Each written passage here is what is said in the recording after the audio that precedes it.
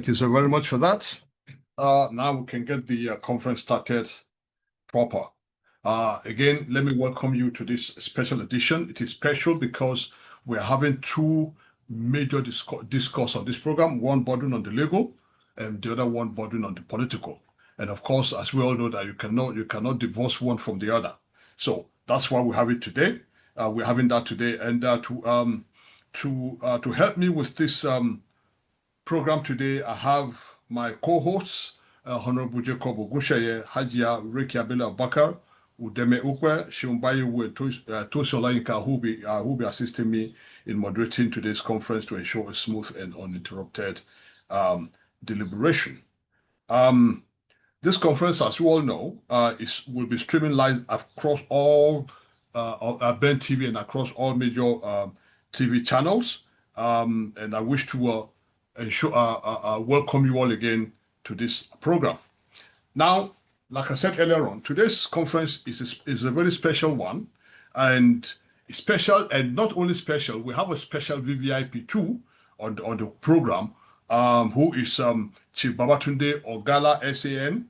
He's the senior legal advisor to President Bola Ahmed Tinubu, no less.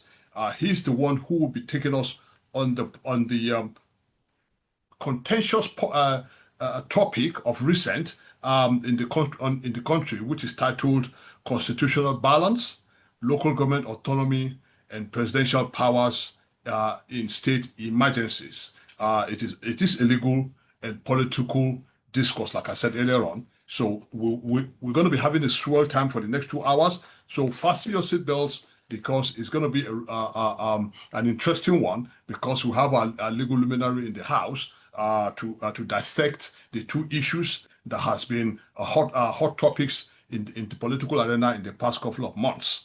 So again, just looking through the conference room today, I can see as usual, every week we seem to be having new faces, and I welcome you all for joining us. And again, for the old faces, thank you so very much for believing in us and making sure that you are always tuning in to listen and to participate in our conference. Thank you so very much.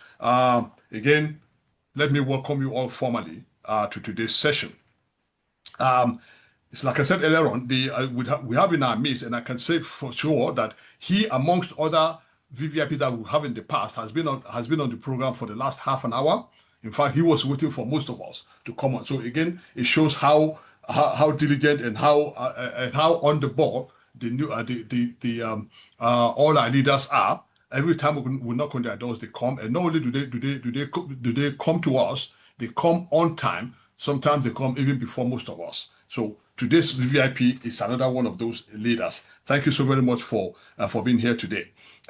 This platform, as you all know, was set up as a veritable vehicle for interaction between Nigerians across the globe and our leaders in Nigeria. These are the people that hold the apron strings of our country and are steering the ship of our fatherland with a view to enlightening our people regarding the inner workings of the Renewed Hope administration. And today, as always, we will be exploring another segment or two of President Tinubu's vision and policies in an interactive interview with one of the big shots within the government, who will be dissecting President Tinubu's administration, shedding light on its significant achievements and forward-looking plans as encapsulated in the Renewed Hope agenda, upon which the president campaigned, and we all gave him the mandate as well as the golden keys to Aso Villa on the 25th of February 2023. So, distinguished ladies and gentlemen, it is my pleasure to announce to you that our special guest of honor for today has joined the conference. In fact, like I said earlier on, he has joined the conference over half an hour ago, and he's been waiting patiently for all of us to come and hear him, discuss some of the issues or shed lights on some of on the two most important issues that has been a topical issue within the political arena in the country for the past couple of months. Like I said earlier on, our special guest is Chief Babatunde Ogala, SAN, OFR, FNIM, FBR, FIMC. So, to kickstart the conference properly, please permit me to read out the profile of our special guest of honor. Honorable Babatunde John Kwame Ogala has emerged as a towering figure in Nigeria's legal and political arenas. With a solid educational background in Lagos and legal training at the University of Jos and the Nigerian Law School, he was called to the bar in 1986 and quickly built a reputation as a brilliant legal mind.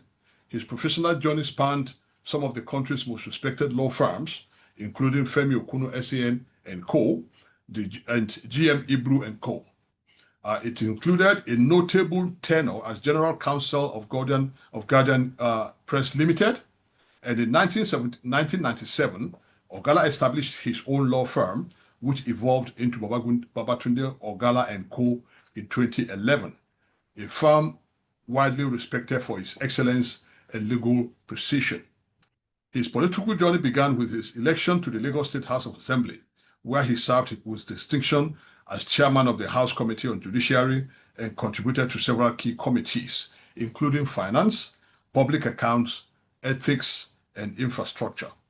His deep legal insight led to consultative roles with the Lagos State Assembly and the Conference of Speakers, influencing legislative agendas and encouraging institutional collaboration.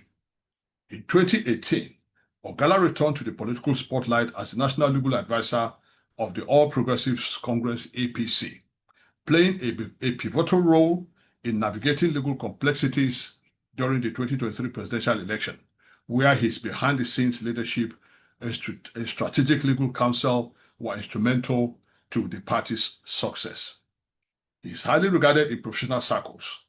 Ogala is affiliated with the Nigerian, African, American, and international bar associations and holds fellowships from prestigious institutions such as the Business Recovery and Insolvency Practitioners Association of Nigeria and the Institute of Management Consultants.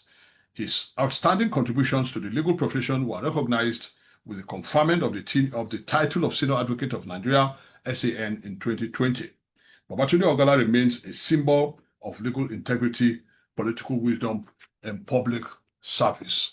That, in a nutshell, is the profile of our special guest for today. So, permit me to welcome him to this program officially. Your Excellency, you are highly welcome to this program. Even though you are not new to us, but we welcome you regardless, sir. Looks like he's not muted. He's not unmuted yet. Can we please unmute our VVIP, please? Thank you very much. Yeah.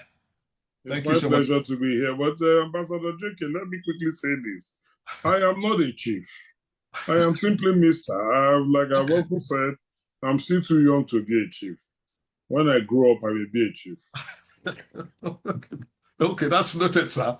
But just looking at you, I think that title befits you properly. So that's why when we see you, the title chief comes to you never know, it might just happen. So I remember when I grew up. Thank you so much, sir.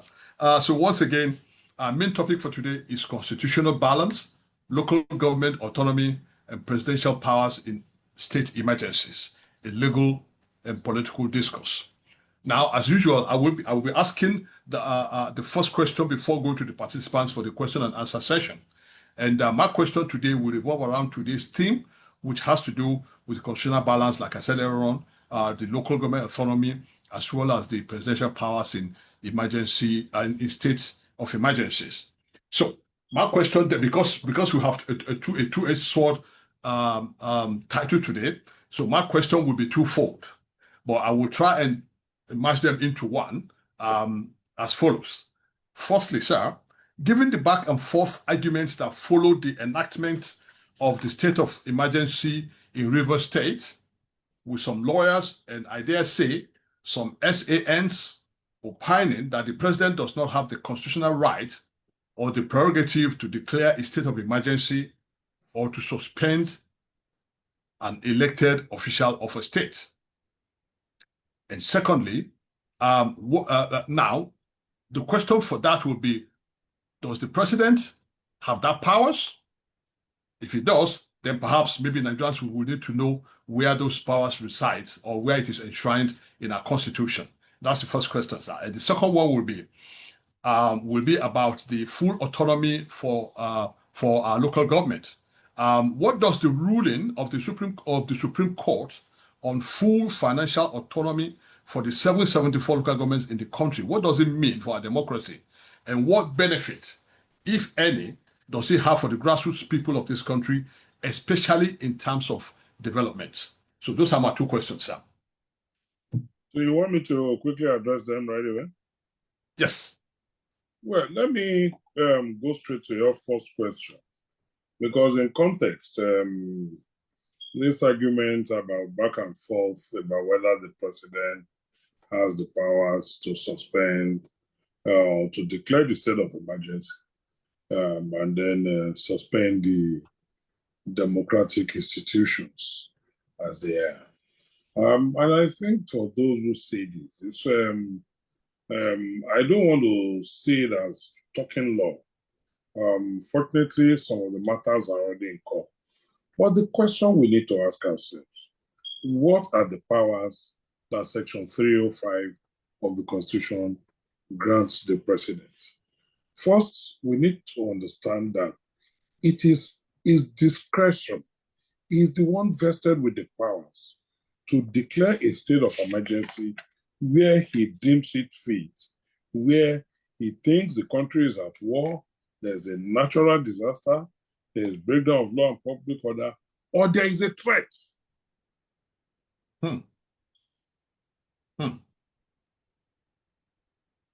President Buhari, during COVID, declared a state of emergency. The nature of the situation at that time demanded that he took the extraordinary measures he took, including shutting down the country. That was the nature, a natural disaster or whatever you call it. President Obasanjo, because we seem to, when we argue this, we forget precedents. President Obasanjo had declared a state of emergency in Ekiti State. The governor was removed and the sole administrator, General Olurin, was in charge of the state. In Plateau State, there was a state of emergency where Governor Dariye and the full democratic structures were put at bay for the period of the state of emergency. In Bola and Adamawa and Yobe states, the state of emergency was declared to pave up Boko Haram, albeit taking into consideration the peculiarity of each state as determined by the president in his discretion and subject to the confirmation of the National Assembly.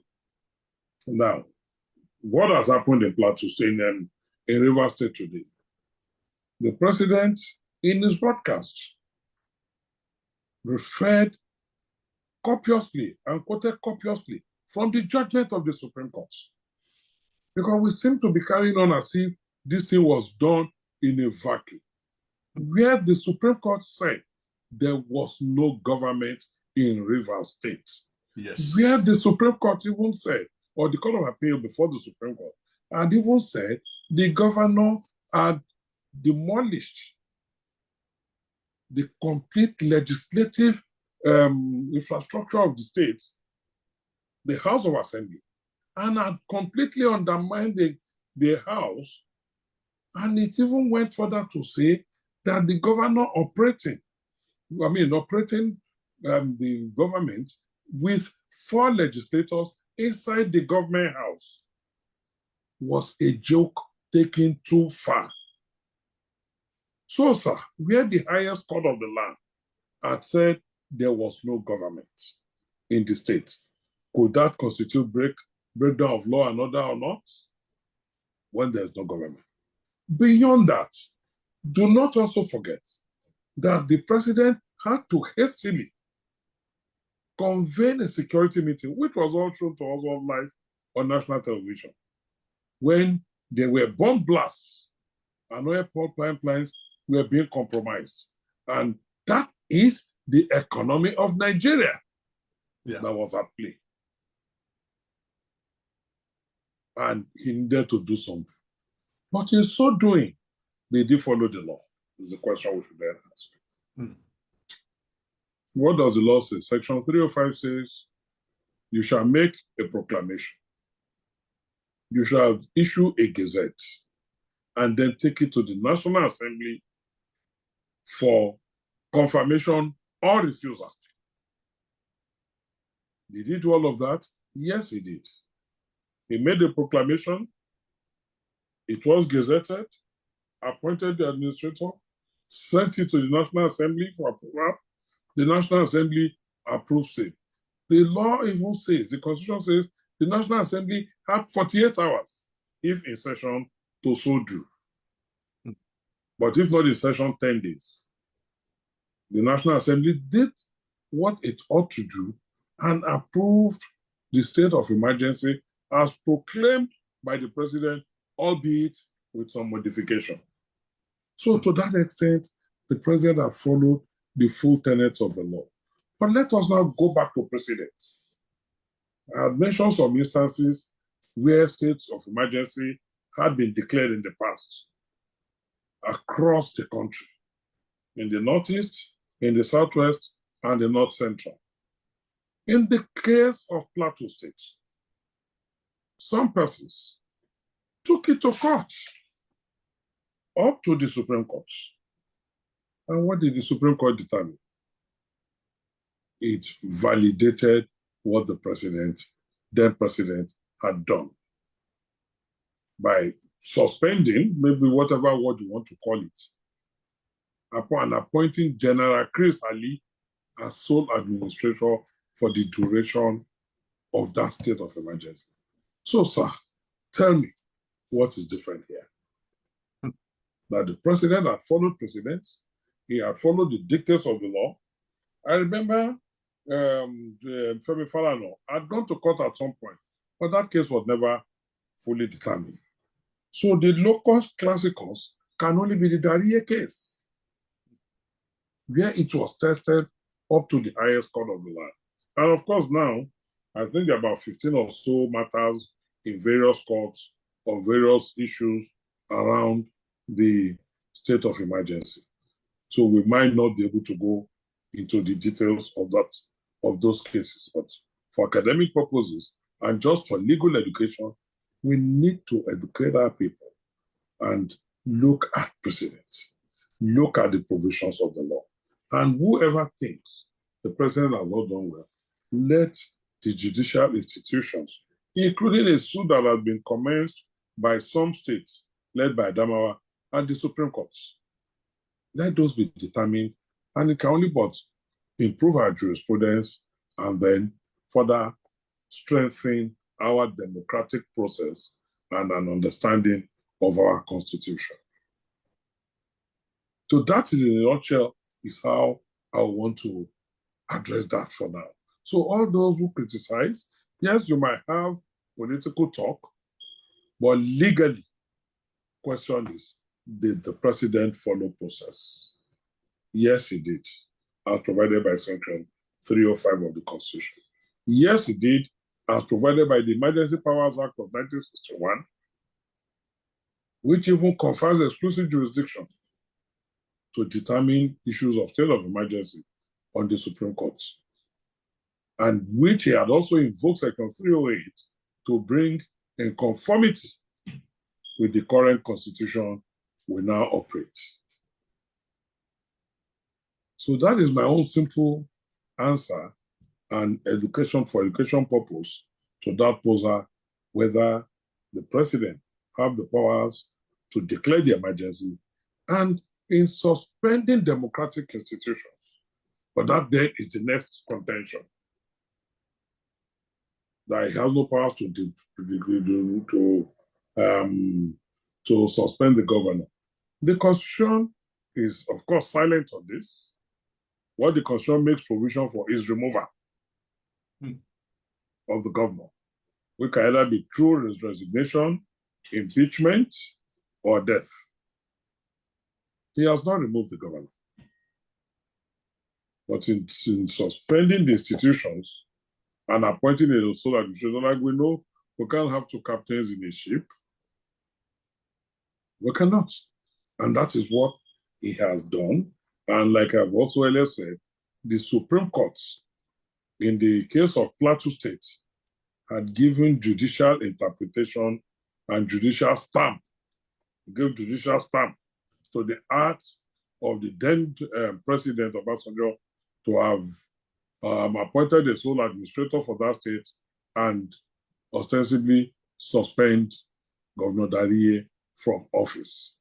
So there is a president, and the president is backed by the Constitution to do what he has done. And let me not also forget that even where, because some will say, oh, the president, the Constitution is not giving powers to suspend. The powers that are given in a state of emergency are extraordinary powers. And it gives the president latitude and discretion as to the form, the manner. State of emergency could even have been in one local government. It could have been part of the state. And it could be the whole state.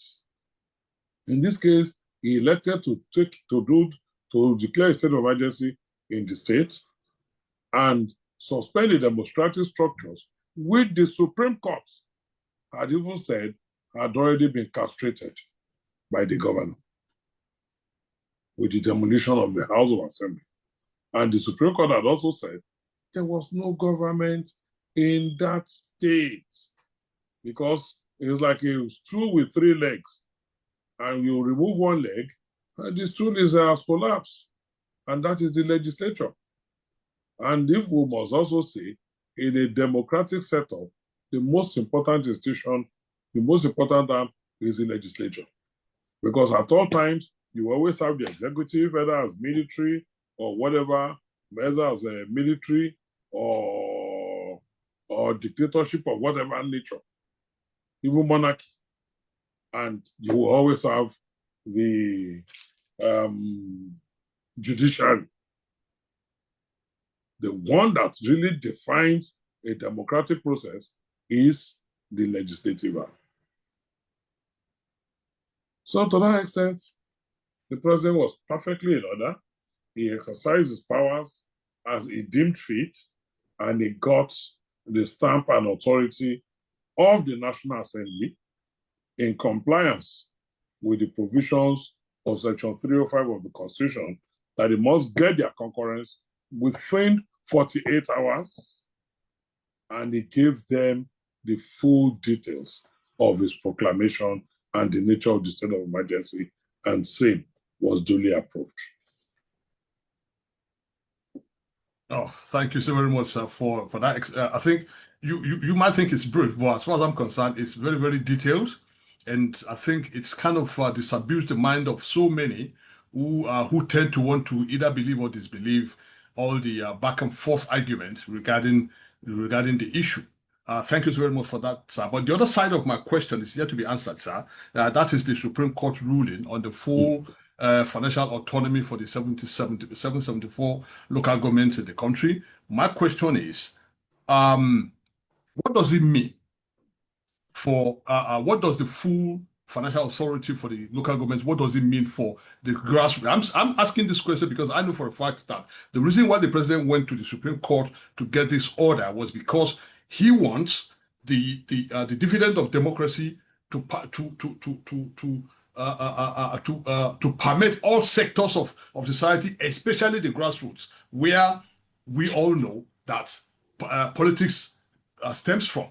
So, to that extent, what can we say is the benefit of this order from the Supreme Court, and what does it mean to an average person in the grassroots, especially in terms of development? Well, in terms of development, I think, as it were, going to the Supreme Court to seek interpretation. Yeah. Because that's what the president did. Yeah. Where it was unclear how they were going to deal with the local government, especially in terms of the revenue, not revenue now, allocations that were due to them. Yeah. He had gone to the Supreme Court because there are several sections of the Constitution that sometimes you might say are confusing. And the president, in his wisdom, through his Attorney General, had gone to Supreme Court to seek interpretation and some reliefs. He has stated the issue for determination and sought relief. And the Supreme Court, in a considered judgment of the, here it was the full court, in a considered judgment, had now ruled that yes, the local government should be granted some level of autonomy. And beyond that, there's even this very, very serious and strong issue of this, because we all seem to focus more on revenue, without looking at that aspect of the judgment that gives the local government some very strong and democratic footing, where it even goes further to say local governments, states where there are no democratically elected local governments should not get allocation. Such local governments would not get allocation. That is even the key area of that judgment that I would have thought we should be looking at. But back to your question, what does it then mean for the local government? Simple. The local governments are now, as it is intended, a tier of government that are semi-independent of the states. That your money now comes to you, you define what you want to do. Because don't forget that the local governments too have their budgets and they have powers to make laws within the confines of what the law, the Constitution grants them powers to make laws over and to manage. So now you are having your allocation. Because some have argued that, we've heard argument that, it's supposed to be a state local government joint allocation or committee, there's issue of RUBEC, but there are also areas where the local government, where the Constitution and the revenue allocation formula has prescribed a certain percentage for the local governments that will be shared amongst them using several formula. So, and nowhere did it say in that Constitution that what is due to them and to be shared to them should be channeled through the state government. It says it is due to them.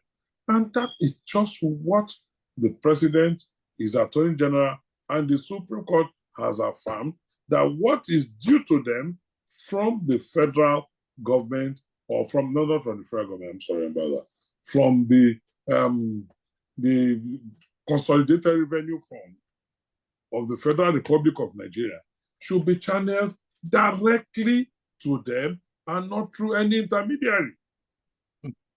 And by the provisions of the Constitution, especially when it makes provisions for state local government joint account, the states are also supposed to do their own counterpart funding of the local governments. Just as it is due to them from federal, it is also due to them from the states, beyond what is internally generated by the local government themselves. So what the federal government has simply done is, what is due from the federation account to the local government?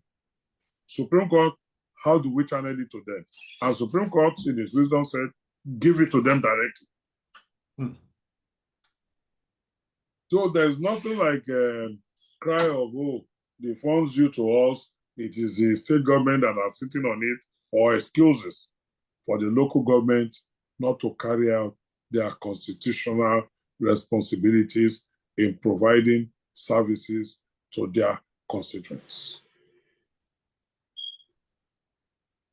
I don't know if I managed to answer your question, too. Oh, yes, you did, sir. Thank you so very much for that. But just to go further from that, sir, I'm not sure whether you'll be able to expatiate more on this, because I learned a while back that some governors have gone to court to challenge this. I'm not sure whether you'll want to comment on it. If not, I think we will understand. To challenge what? The issue of the full autonomy of the local government. So I don't know whether I am not aware that any governor or any attorney general would encourage any governor to challenge the judgment of the Supreme Court? I mean, are they going to challenge it before God? Well, sometimes they might seek for a better interpretation. You know, we've seen it happen before. Better interpretation. Well, maybe we wait for that decision to. We wait for such a decision to be made. That you are now saying, "Oh, the Supreme Court has ruled." You know, we now want to appeal. Appeal to who? To God? Or to who? And if they say they want the Supreme Court to interpret what it has read in English language, well, we'll see how that plays out. So I don't think there's anything I can say. All I know is that the Supreme Court is final, not because it is infallible. But it is infallible just because it is final. I'm not saying the Supreme Court can be right or is right or wrong, but as it is, that is the law. Thank you so very much, sir, for that expansive response to those questions. I believe you clear the air regarding those two salient issues, and for some doubting Thomases, I'm sure they must have been able to pick one or two things from what you just said now. One of which is that the president has the powers enshrined in the Constitution to declare a state of emergency, and he has the prerogative to, well, like you said, he did not sack, even though he has the power to sack, to remove, but he did not remove. What he did was to suspend the governor and the state legislature on the strength of the fact that the Supreme Court has already ruled that there is no governance in those states. So that for me has taken the sail off whatever argument that anybody wants to advance regarding that. Because if the Supreme Court is saying there's no government somewhere, and somebody now decided to say, okay, in order not to allow this shura to continue, let us ask them to step aside and put somebody else there to regulate stuff. So for me, I think that is the right step, to be taken by the government, by the president. So thank you so much, sir, for shedding light on that, and especially again on the financial autonomy for the local government, because for me that is the way to go, because I think that was what local government was intended for in the first place. But somewhere along the line, certain things happen, some political intrigues played out, and we had what we had until the president decided to go to the Supreme Court to seek for clarification, which he has now gotten. Thank you so very much for that, sir. So now it's time for us to go for our question and answer segment. So I will be handing over to my co-host, Barrister Tosin Olayinka. Barrister Tosin Olayinka, you have the floor now. You take whoever has their hands up to ask their questions. You can decide whether you want to do it one after the other, or maybe two or three at the same time. Then we yield the floor to our special guest to respond to it. So, Barrister Tosin Olayinka, you have the floor now. Thank you very much, sir. Ambassador J.K. Bola.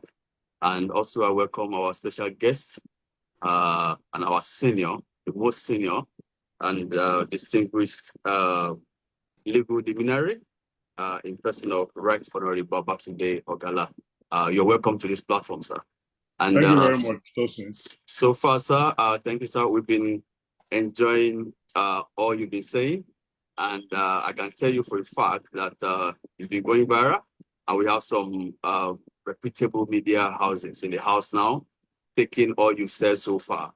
And to take it further, that will also allow us to allow some of our participants, in order not to deprive them the opportunity to ask their questions as well. But at the moment, the person I have here, which I know that some will be coming forth shortly. Oh yeah, there's some on the platform as well.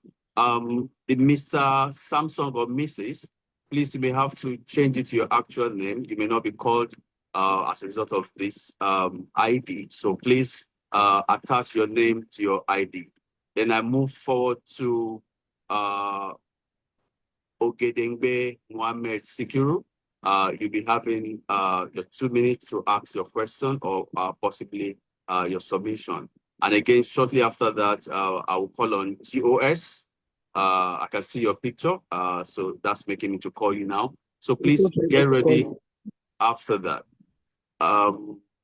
Okay, so while I expect Samsung to please regularize what you have here at the moment, so I move to Mr. Ogedengbe Mohammed Sikiru. Please come forward to ask your question. Thank you.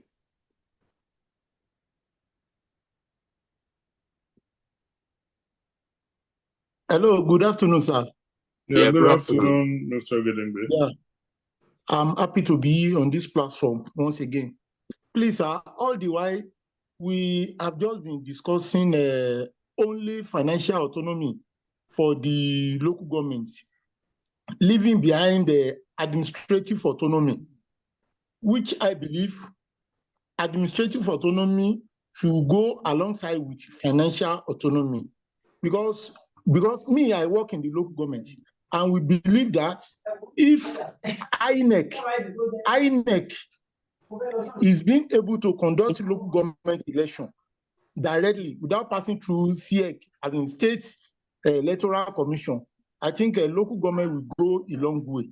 So I don't know what we can do to achieve this, and it's very germane in development of the grassroots.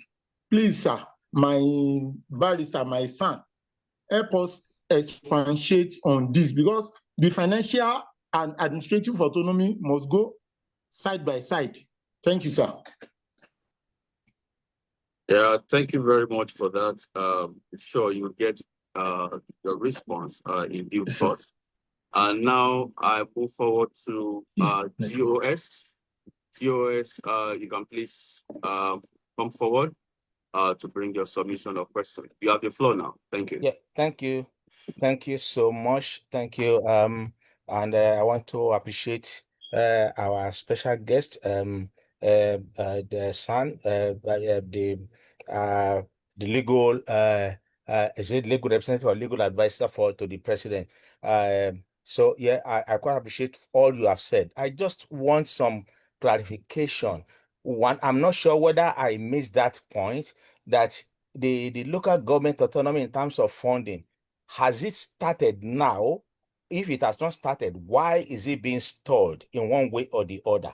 That is one. And the second one, which is going to run contrary to what the last speaker said, if we are giving autonomy to the local government and we are now asking INEC, I know there's a lot of shenanigans with the state independent electoral commission or whatever it is.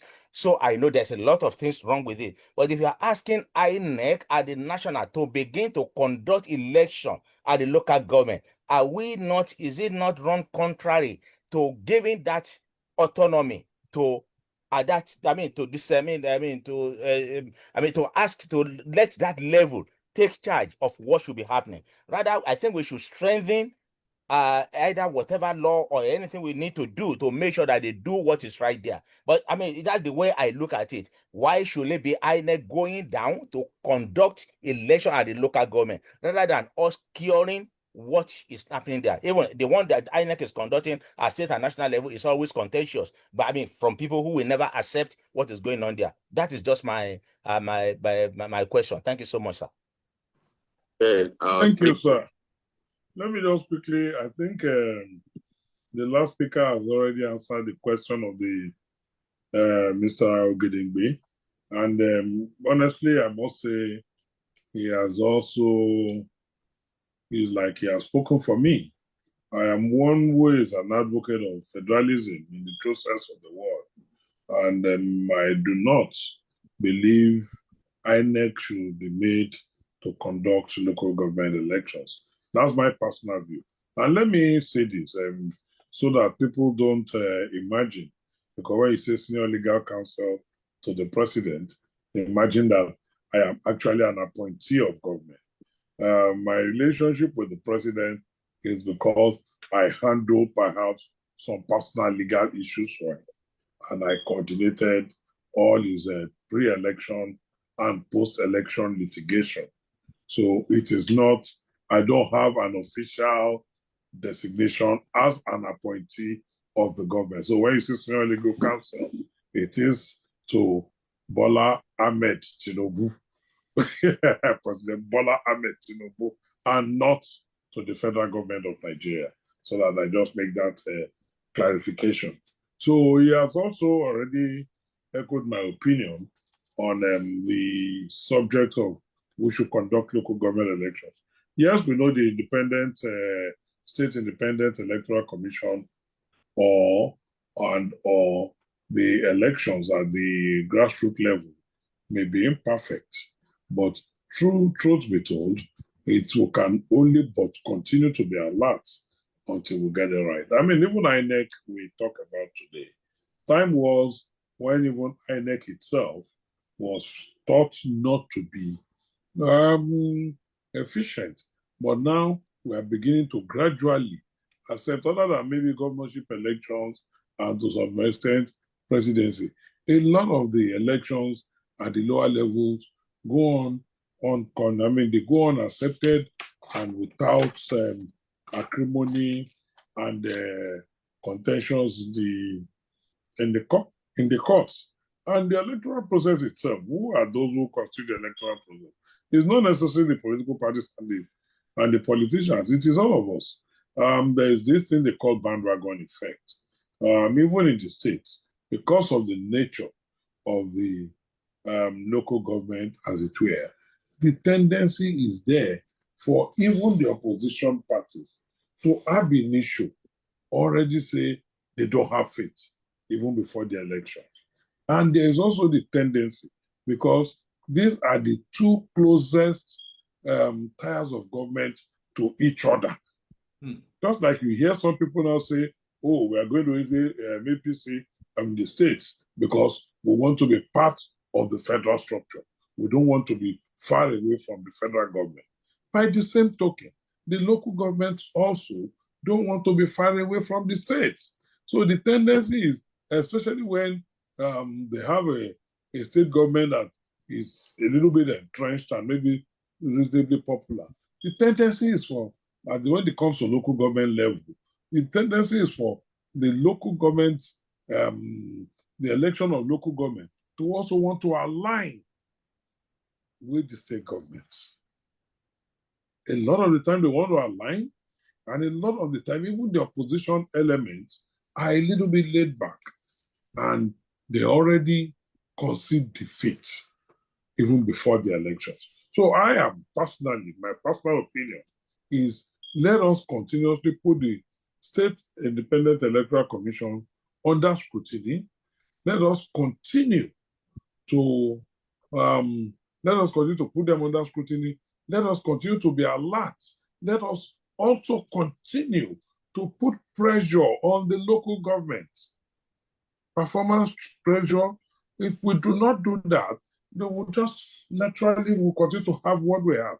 I'll give you an instance. In the last round of local government elections in Lagos State, how many people know that there are seats? I was one of counsel for some of the candidates.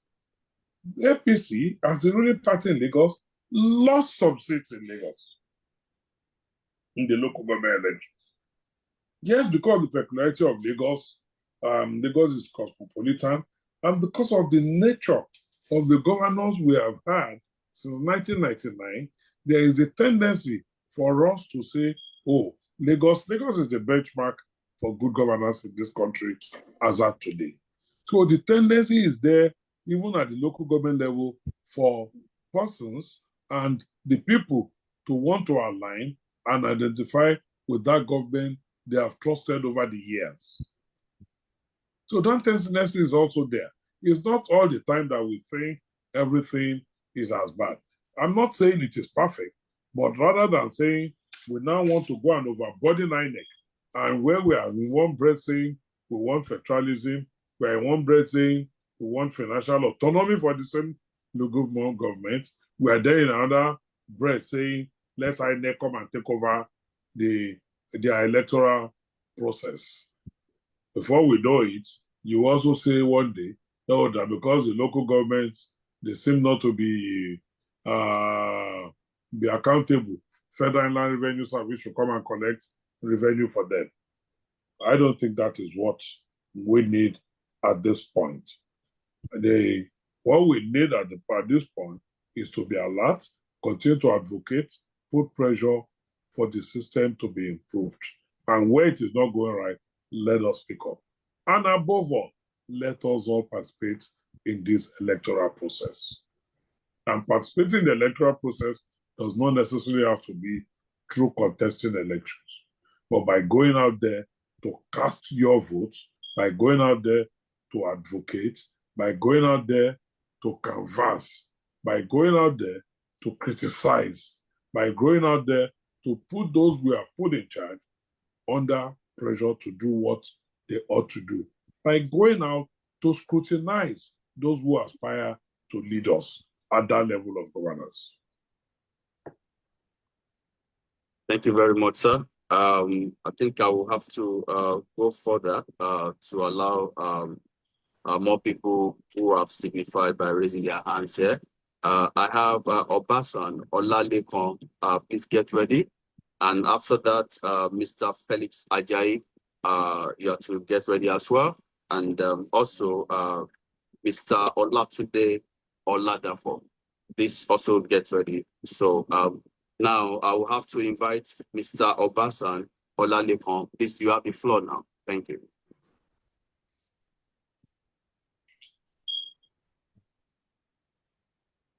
Go on, please.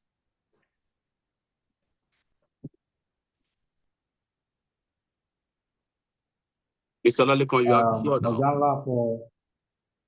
All right. Good afternoon, everyone.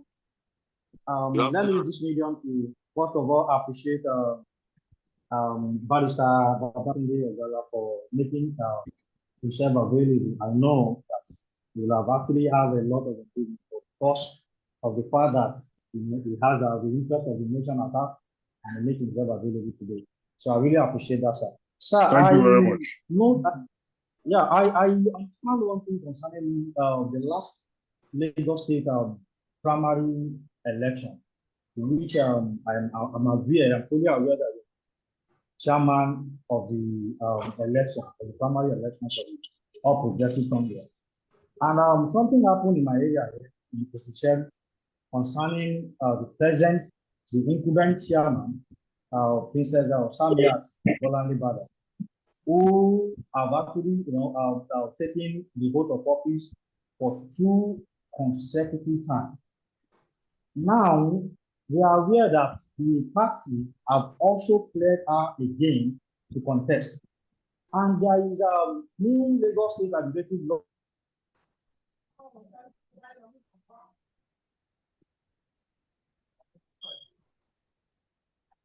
I don't know. I think you may have issue probably with your internet on the other side, as we couldn't hear you any longer. This probably I may allow room for other person. Tosin, let me quickly address that. All right, sir.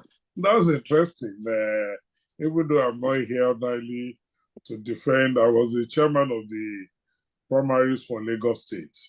And I think it's good to address that issue that he has raised, because there has been a lot of misinformation, a lot of misconception, and a lot of misunderstanding about that process and indeed the law.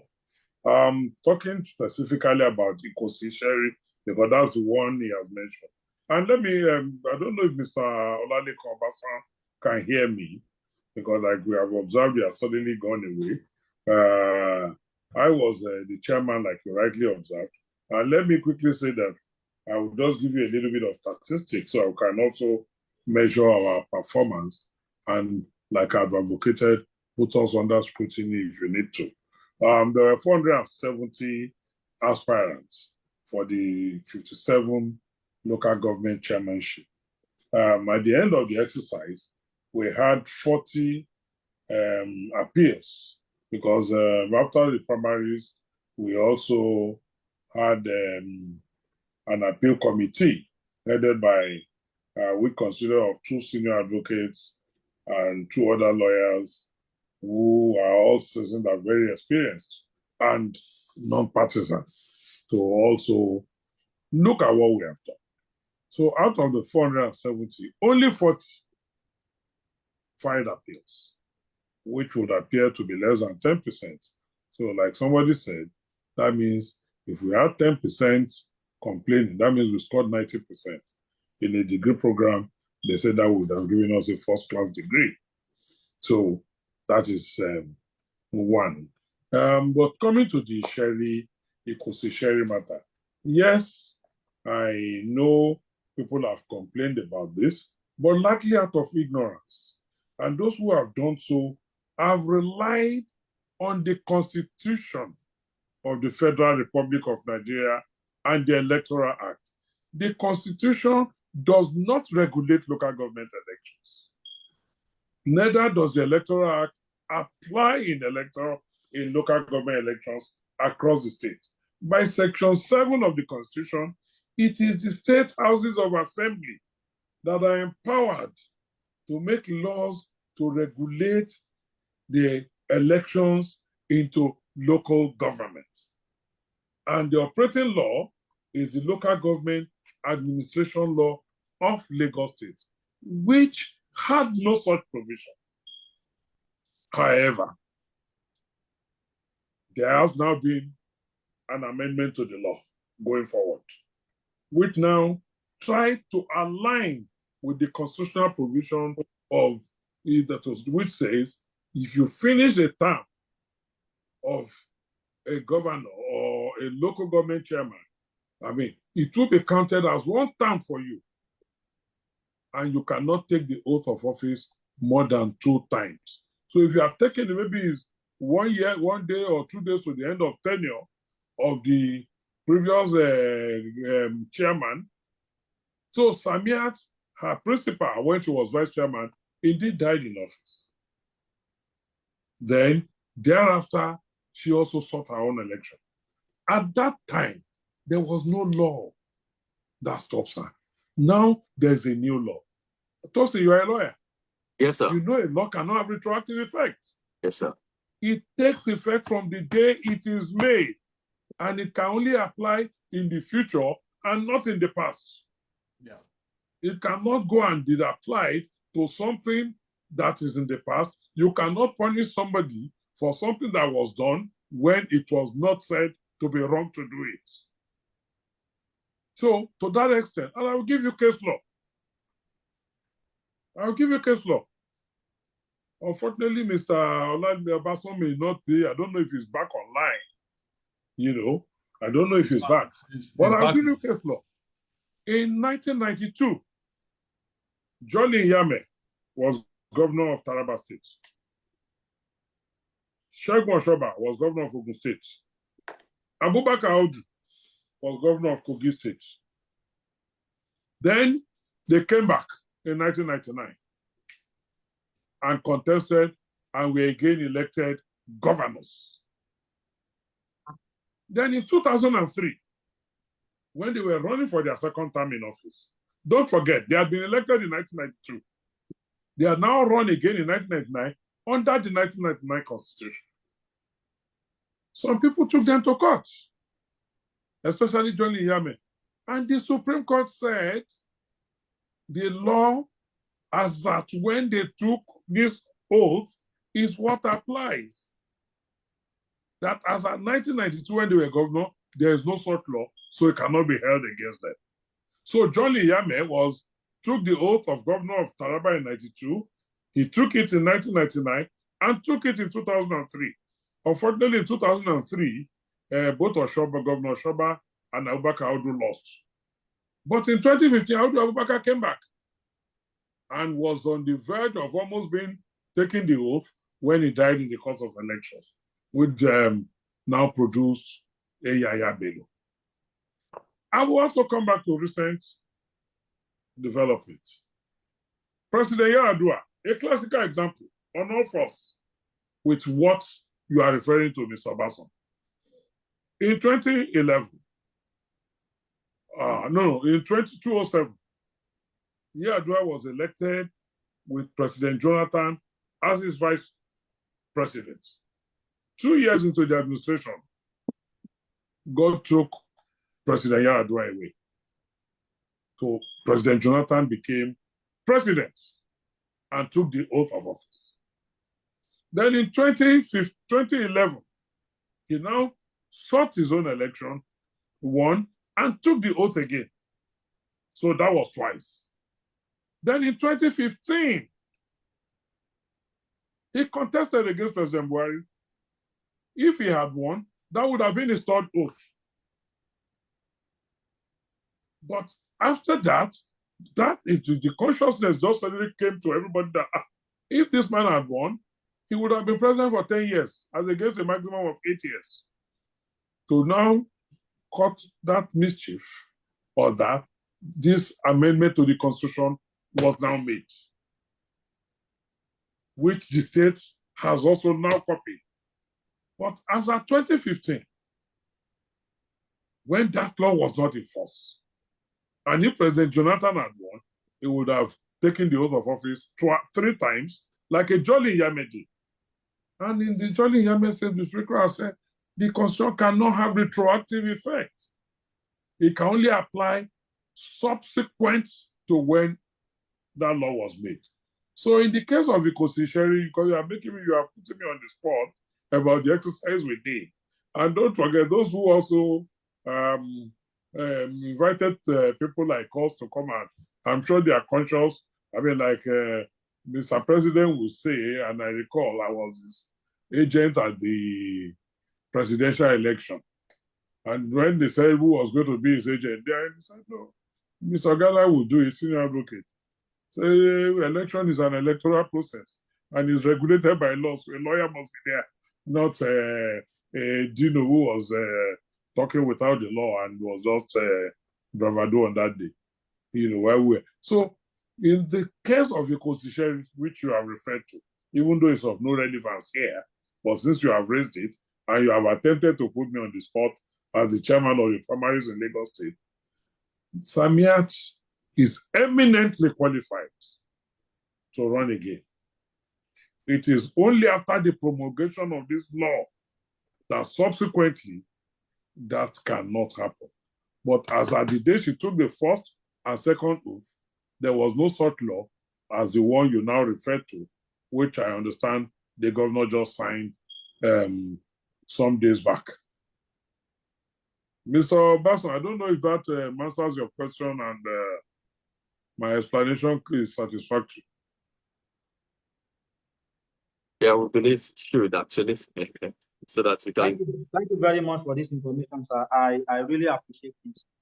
But my own concern is that I thought because the election that just took place is just an internal thing for all progressive Congress. Yes. It is not a general election or Yes. a state or local government election yet. Yes. So whatever that have happened is internal. Yes. So the law has been passed now. Are you now saying that the opposition will not use that against APC How? after the election? Because the election is still next month. How would they use it? How would they use it? Hello, sir. How would they use it against us? I'm just looking at it because I was just like looking at. I have not even discussed opposition. It would appear you didn't listen to me then, if you are still asking these questions. I've told you a law cannot have retroactive effect. All right, sir. The law takes effect from the day it is made. It was not, is not, we cannot have retroactive effect. What has happened in the past is in the past. Except the law expressly states so. And if a law says so, it will even be shut down, knocked down by the courts as a bad law. So let the opposition come. That's why we are lawyers now. All right. Thank you very much, sir. I think at this point, I will have to move on to other participants who may have their questions or submission. I move to Mr. Felix Ajayi, and shortly after that, I want Mr. Babatunde Ogala to get ready. Mr. Felix Ajayi, you have the floor now. Thank you. Thank you very much. God bless you. Can you put my video on? Because I've requested, my time has been extended to 3 to 5 minutes. Can I have Felix, just speak. It's good to have you back here. Babami, I salute you, sir. as the chairman of electoral committee, I wish you have stated to the last caller that you are a son. When we are talking about local government authority in Lagos State, you are a former chairman of Lagos State House Committee on Judiciary. So you drafted everything. So when people are talking, you have to say, I am an authority. No, I don't need to. I want to thank you on the last election. Yes, people don't understand a lot of whatever. Baba, I came to your office over 20 years ago. Yes, I remember. And I wanted to show you the card that you gave me your number. Luckily, you are still using the number. I gave you an invitation to come to AD event in London. I did. Yeah, you did. Governor FIMC came and some others. Baba, and we spoke. Yes, sir. After that, I've done a couple of other things. I've served the local government in Oshodi as a sponsor for environment. Yeah, for 4 years. So when we are talking about local government, I am an authority because I served there and I know how it runs and I know the future. Baba, a lot of our members that came back home, which I have spoken to contest against incumbents. A couple of them don't listen because I've learned my lesson. I haven't contested twice. Baba, at the airport hotel in 2001, I was at the airport hotel with Speaker Femi Gbedamiamila and others. And we had to go to Women Development Center, where I had to step down for Honorable Farouk late Oshodi. Yes. Pedro, I was with SSC Pedro and Ajwaju. I also stepped down that day. You are not the only one. I know, yeah. And everything went. Baba, Adeomole, myself and everything. Yes, sir. I want to two things. I'm concluding. Do you know, sir, since that election, I've been having issue with my family. They said, yes, sir, wait, sir. I went to the airport to pick up Dr. Udenta at the airport in 2000. He came to my house in Stratford and we started Alliance for Democracy. Baba. And since then, UK has been having issue about whatever leadership because they don't understand. So I came back home to serve.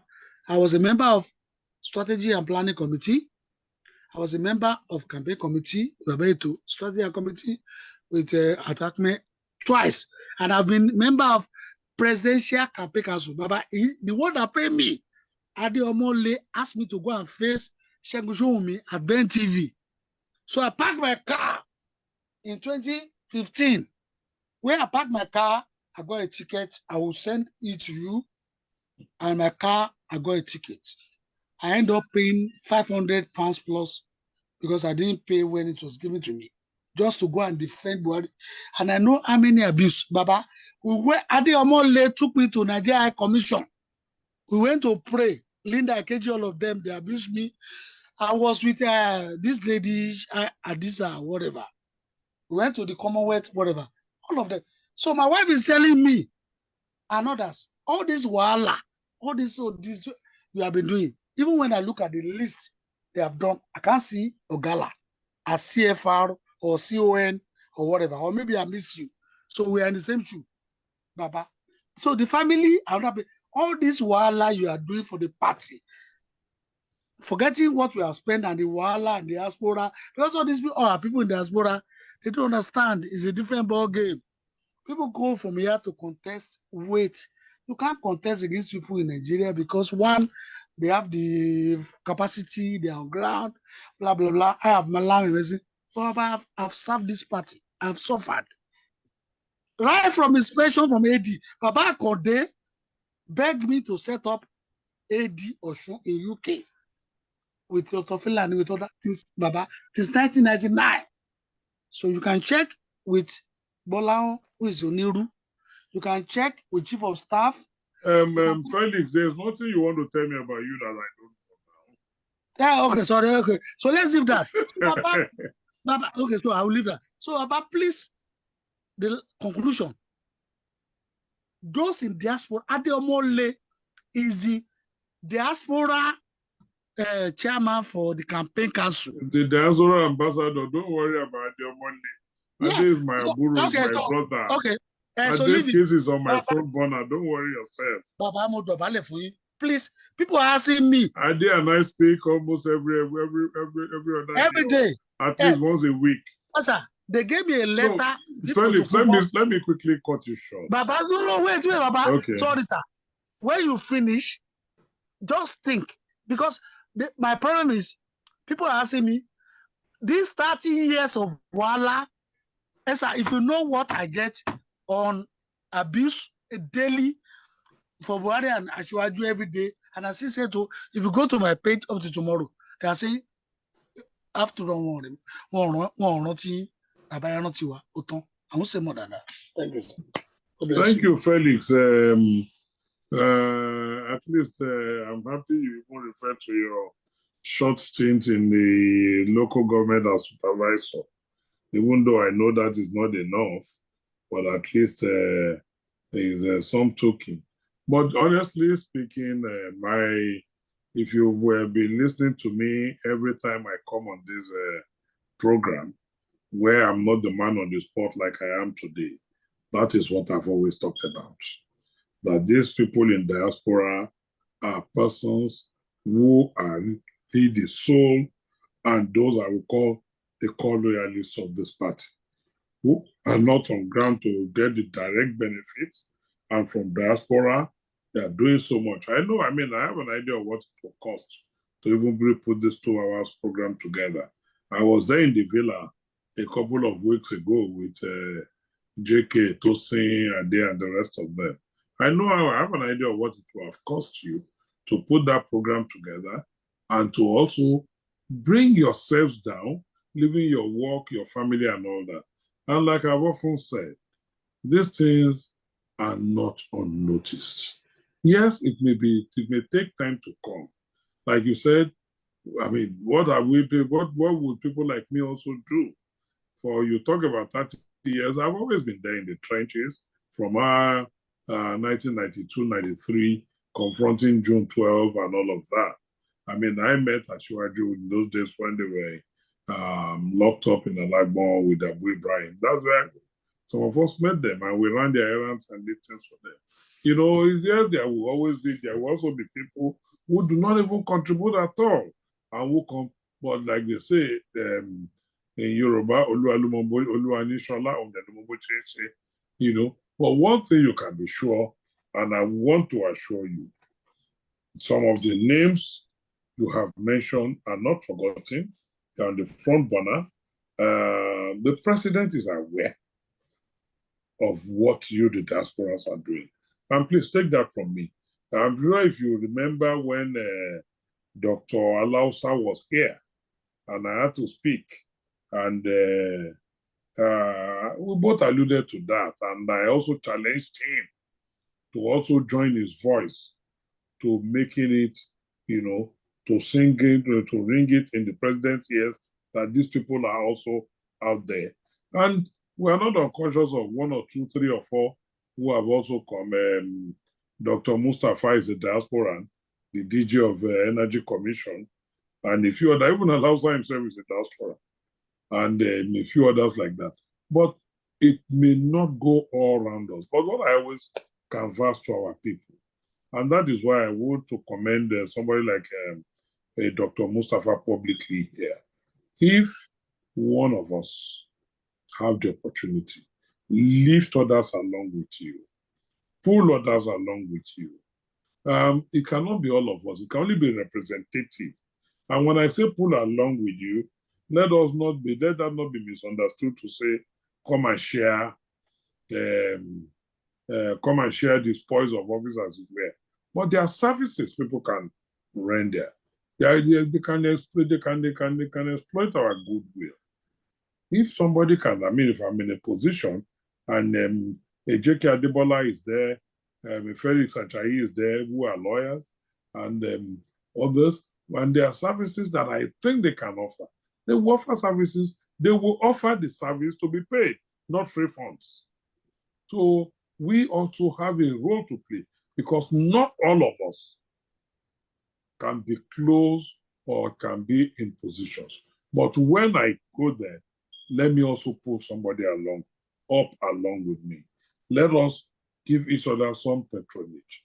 And when you are also given this patronage, let us also see it as service and not entitlement. So when Felix, be assured that the president himself is under pressure from 200 million people, from both within the party, outside the party, even the opposition. I mean, only yesterday, was it Governor Wike or so, who made an open challenge and said, all PDP governors were given opportunity to nominate ministers, and he challenged any one of them to deny it. Who knew about this before now? There is a civil society organization. Look at the issue religion became in the elections. By that token, the appointments have to be balanced along regional lines, along religious lines, and several other fault lines. So it's a delicate balance managing our country. You hear people who say they are technocrats. Oh, you should not appoint politicians, they should be technocrats. The answer I've often given such people is, tell me who is more technocrat than me. It's only opportunism. You sit down somewhere, some of us go to the struggle and you now say technocrats. But again, the voices will always ring. I mean, the likes of Wale Edun, who is the Minister of Finance, is he less financially, does he have less knowledge in financial management than any other banker? No. And he elected to be a party member. Or is it me because I'm a party member, I become less a senior advocate than any other senior advocate? Or an Bola is less a lawyer than any other lawyer? Or an Omole is less a professional or engineer Mustafa? So, those are the issues that the president himself have to deal with. Like this in New Hope, I have said over and over again, he's aware. I discussed it with him. And like I told Deke Adebola, he was, let me also publicly thank him for paying me that August visit in my office in Abuja. And I'm looking for that opportunity where I will be with the president. I will dial into Renewed Hope and say, I'll get back also speak with them. Or one day where we can, out of his busy schedule, bring him to even come and do what I am doing here today. And I'm sure we will do it. I am determined that we will get it done. And we will do it sometime. We will do it. So I appreciate what you are saying about maybe the reward system. I mean, here I am. I was a chief returning officer. Here I am. I did all the pre-election cases for the president. Here I am. I coordinated the totality of the presidential election petitions, engaged all the lawyers. I was the go-between him and all of that. But I'm not in the cabinet. But I can understand why. What will give me fulfillment is that he is not shaming us. What will give us fulfillment is that he's living up to our expectations. Yeah. And the fact that we even have hope, they may call us up one day sometime, it's also some form of fulfillment. So, Ajayi, I know you, I even know a little bit of your temperament. I knew when you got annoyed and almost moved away and all of that. But patience. The president is not unconscious. The man also expresses his frustration sometimes. Sometimes you get to him, you also feel sorry for him when he sometimes sees people like us. And, when people ask him sometimes, I will confess that publicly here. What have you done with Tunde Ogala? I mean, he said Tunde Ogala and I are talking regularly. And in the truth, we are talking. So I understand him. I do things for him. He seeks my opinion on things. I may not be in his cabinet. I may not hold any position. Could it also be sometimes he doesn't even know where to fix me? Could it be sometimes he thinks something is too small for you or not suitable? But like I said, some of us And I can boldly say some of the names you've mentioned are also on his front burner. He knows. He knows about this program we're doing. He knows. I can assure you. So, Felix, you don't worry yourself. When it's the opportunity, like I gave you an example of Engineer Mustafa now. I know how he's trying very hard to also pull people in within the little he can do. And that's the essence of it. If we are all not selfish and self-centered, we can at least, I know everybody cannot be satisfied, but we can at least to a large extent, satisfy some. Thank you, sir. Wow. Thank you very much, sir. Yes, I would like to move on to the other people who have been waiting. I have here on the list Mr. Babatunde Ogala, and after that, I want Engineer Olabode Ajimijere to also get ready. Mr. Babatunde Ogala, you have the floor now. Thank you.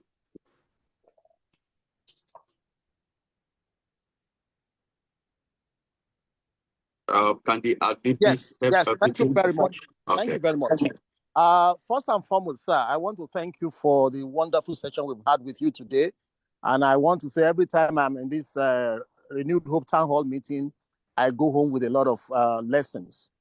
Sir, there is one thing. Okay, let me first say one word or two on the issue of getting benefits for our commitment to the party. I can proudly say that I was conceived by progressive sperm. My grandfather was AG, my father was UPN, and I am from AD to APC. You will never find me anywhere else, whether you give me anything or you don't. And I am doing this because I am committed and convinced within my heart. The only time I've ever had experience of government was when during Babala Madeshino's time, in the local government. I was supervisor in my local government, Ido local government in Oyo State. And this is where I'm going, sir. On paper, we feel that it is okay for OISEC and the state independent electoral commissions to organize election at local government level. But with the principality and powers that we call governors, I don't think there is any way we can have free and fair election at local government level. The last time we had free and fair election at local government level was when it was the national level that was organizing it. And I'll give you my own personal experience. When Lamadeshino was the governor of Oyo State, my local government was won by the PDP. When Babala Doja was the governor of Oyo State, Ibarakpa East local government was won by the AD. It is not possible. And in Ladoja's case, he refused to swear in Omotajo, what's his name that time. And my good Egmont, Barrister Akintola San, got many judgments against the state government, but Ladoja refused to swear him in. But since then, the era of local government elections being dictated from the bedroom of the governor started from Oyo State during Ladoja's time, when it was about leaving, and he organized a shambolic local government election towards the end of his tenure. And at that thing, more or less, gingered other governors to realize that they can always write results. There is no way we can monitor, we can stand on the neck of the state governments and be able to ensure that we have state independent electoral commissions that will be truly independent. Lagos State is always different from other states, and it's always the shining example.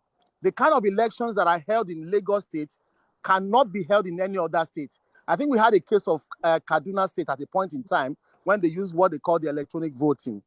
I believe that it will be much better. One young man can wake up in a community, and because those people love him in that community, he can contest for what do you call it, for councillorship. And people will vote for him because they love him and will be answerable to the people of the community. In those days, when we were in the government, in the local government, at the dry season is when we give out contracts, up to 300 at times. But today, because local governments are not financially independent. They are not administratively independent. The economy of Nigeria is affected by governors of Nigeria.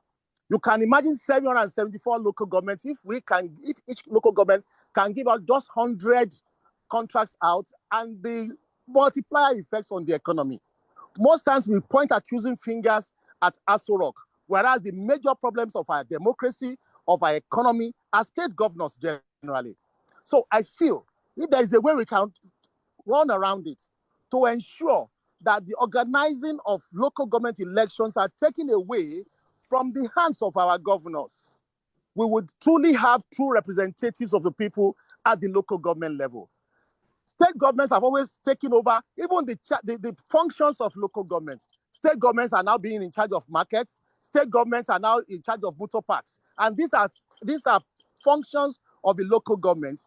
Even the ability of local governments to also have internally generated revenue has been taken away by the state governments. So I feel that the best way to take away this stranglehold of governors on our political machinery in Nigeria is to take away local governments entirely from their control. I know it would take a lot of constitutional provisions being tweaked around, but I think it's something that is doable. And I want to also commend the Tinubu administration. We never thought that the federal government will win that case against state governments in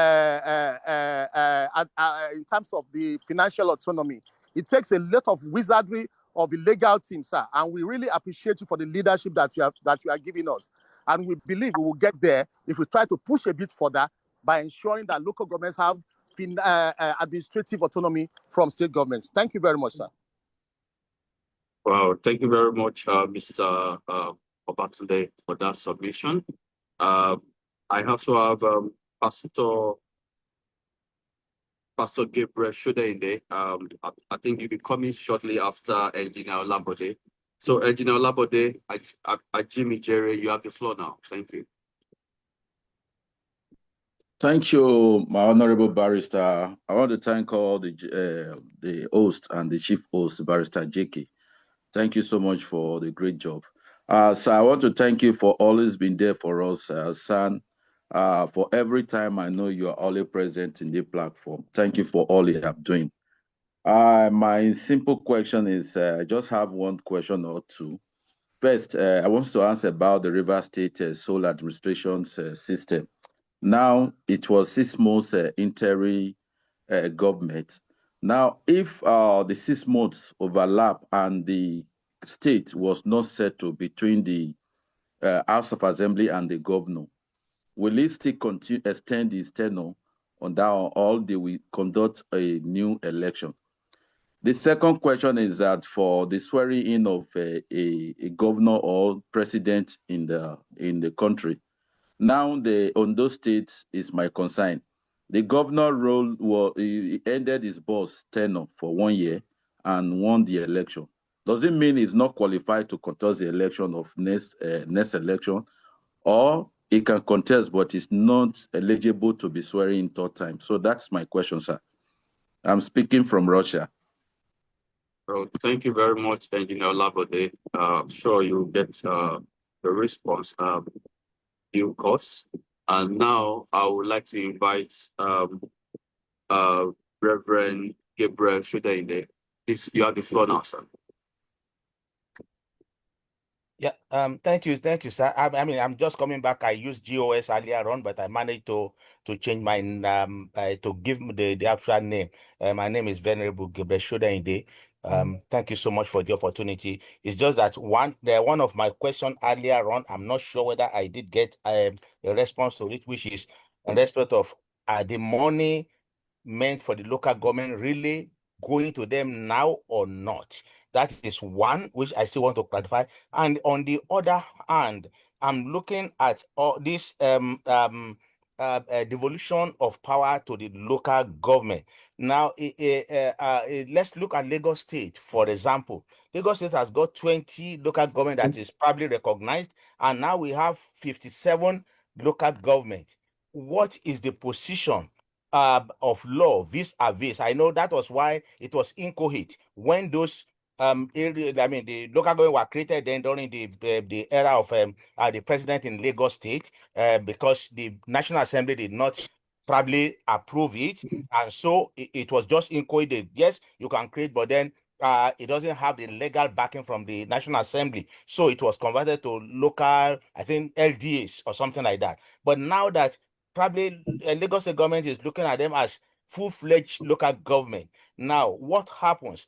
Where will they be getting the funding? Is it the funding that if the funding goes to the local government directly, will now they be forced to share it with other people, other local government carved out from their midst? Or I know there could be some internal arrangement about this. So I'm a diehard supporter of the party, of the renewed hope agenda, but I'm not a politician. But even from the diaspora, I always stand to defend the policy of the government before anybody. And they know back home that, look, we know there's nothing we can tell you. It is just APC. You are just, yeah, fine. Because when I believe in something, I go all out for it. And of course, I've been following politics from the time of the Second Republic. I'm close to my 70s now. It's not just about somebody that is new. So I know what has been going on in terms of our system. But then if we are changing the narrative in terms of autonomy,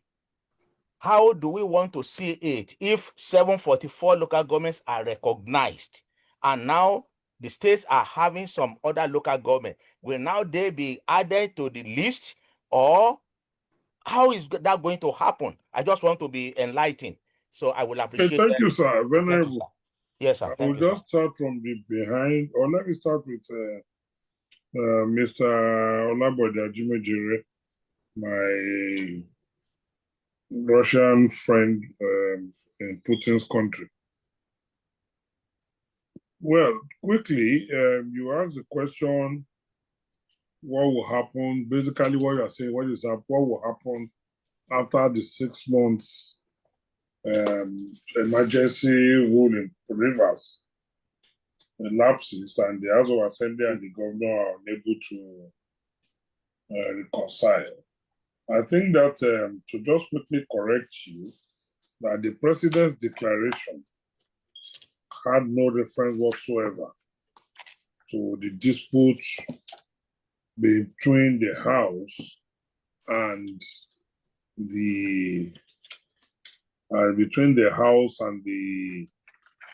governor. In fact, if I might just read, what the president said was, there is a clear and present danger of an imminent breakdown of public order and public safety in Rivers State, which requires extraordinary measures, and that there is clear and present danger of the looming crisis in Rivers State, which, if left unchecked, could degenerate, leading to massive loss of lives and properties in the state.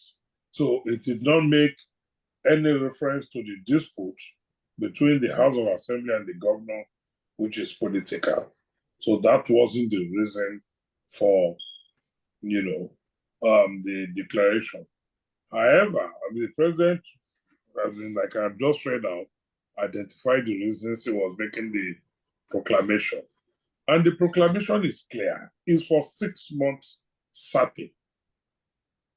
And if the constitution is clear that it can only be for 6 months, albeit subject to extension if need be. So if at the end of 6 months, the president is satisfied, if I can even now, tomorrow morning, he can wake up tomorrow morning and say, okay, everything is back to normal, and he sends his back to the National Assembly to call it off.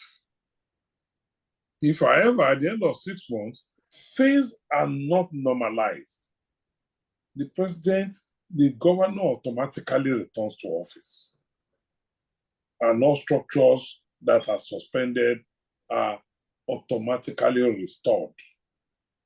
However, if there is need for an extension, the president has to go back to the National Assembly to get their concurrence. So it is not a matter of whether when 6 months lapses, what will happen. What will happen is clear. At the end of 6 months, the Constitution prescribes 6 months. If it doesn't do anything, it automatically lapses. And if it needs an extension, it goes back to the House. And if before 6 months it thinks things are normal, it can also be called off. Then talking about Ondo State and Ayedatiwa, that, in fact, is the first scenario we have had after that constitutional amendment. He had taken the oath of office on the demise of Arakuni Akeredolu SAN, the then governor. That is his first oath. And by the constitutional amendment, that is his first time. Then he now took another oath after I won election. That is the second oath. And it's the second time. And my humble opinion, I might be wrong. I mean, it's not been tested, save for, like I said, I've made reference to Johnny Yame's case. In my humble opinion, after this tenure, it can no longer run. The light of the constitutional amendments. And that's why I said that amendment took effect from the day it was made and is the first to be elected under that amendment. That amendment did not have retroactive effect. So that, I believe, answers your Ondo State question, Mr. Jimmy Jere from Russia. Then, Venerable Enyowo, you talked about how the allocation will be managed, especially in a state like Lagos, where we have 20 or 57. I want it to be noted that we have 20 local governments, they are still intact, and 37 LCDAs. They are local council development areas under the local governments. So why the Nigerian Constitution lists 20 for Lagos? It remains untouched. The allocation goes to the 20.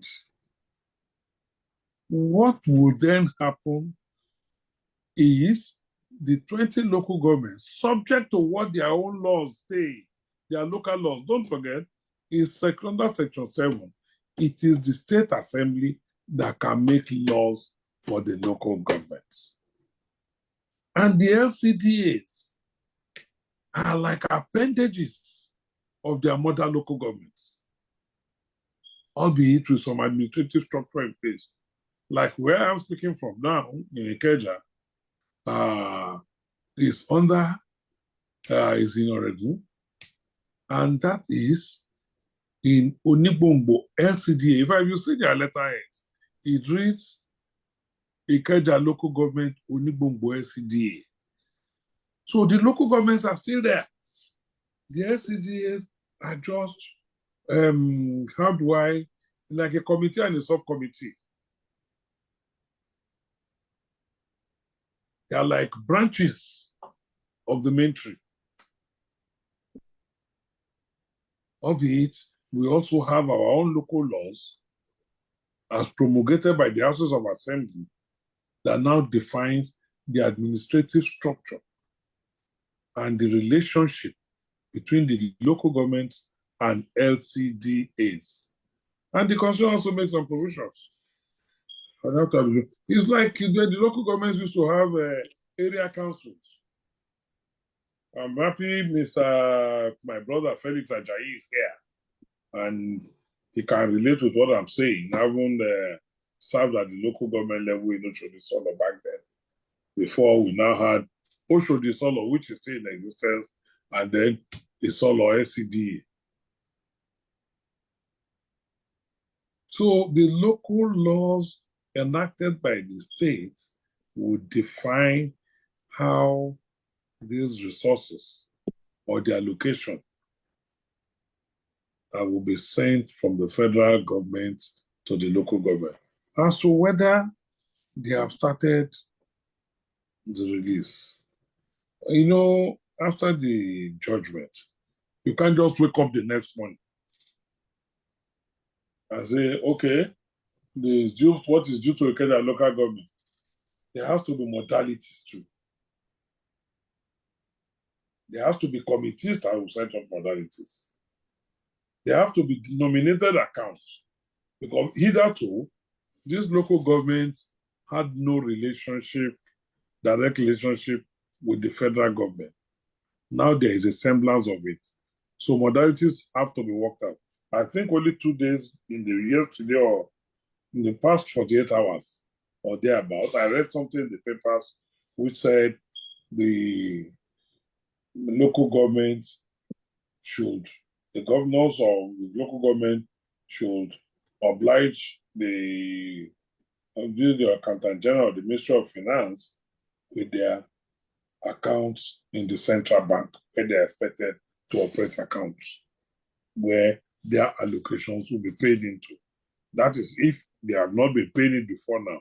But if they had, there must have been something. And if they had, I'm sure they worked out something. Like I said, I'm not in government, so I don't know. But I read in the papers that in the last 2 days, that the local government should oblige them with their CBN accounts for the purpose of receiving their allocations. If they are not being receiving, it's savings for them. And if they have been receiving, because there is a structure that had carried that process for 25 years, between 1999 and now. So that structure too, they might have used, pending when they now transmute to the new structure that is being put in place. And if I remember, I can't remember who spoke about 1999. I think it's still my Russian friend, when he made reference to, yes, I think it's, no, a bit Oladapo, is it Oladapo, that made reference to what happened in Oyo State under Lamadeshino through to Ladoja. You see, the first round of elections in 1999, we need to remind ourselves, were not conducted under any constitution. The first round of elections in 1999, if I remember vividly well, were conducted in December 1998, shortly after the parties were registered. And they were conducted under a decree then by the then INEC. This was before the promulgation of the 1999 Constitution, which we now use, albeit as has been altered over time. So they had been elected in December. I remember they had to wait 6 months before they even assumed office. It was only after they conducted the local government elections of 1999, which I would say was like a test case. And it was conducted by INEC under a decree. But thereafter, after they resumed office, the state governments now promulgated further to the 1999 Constitution.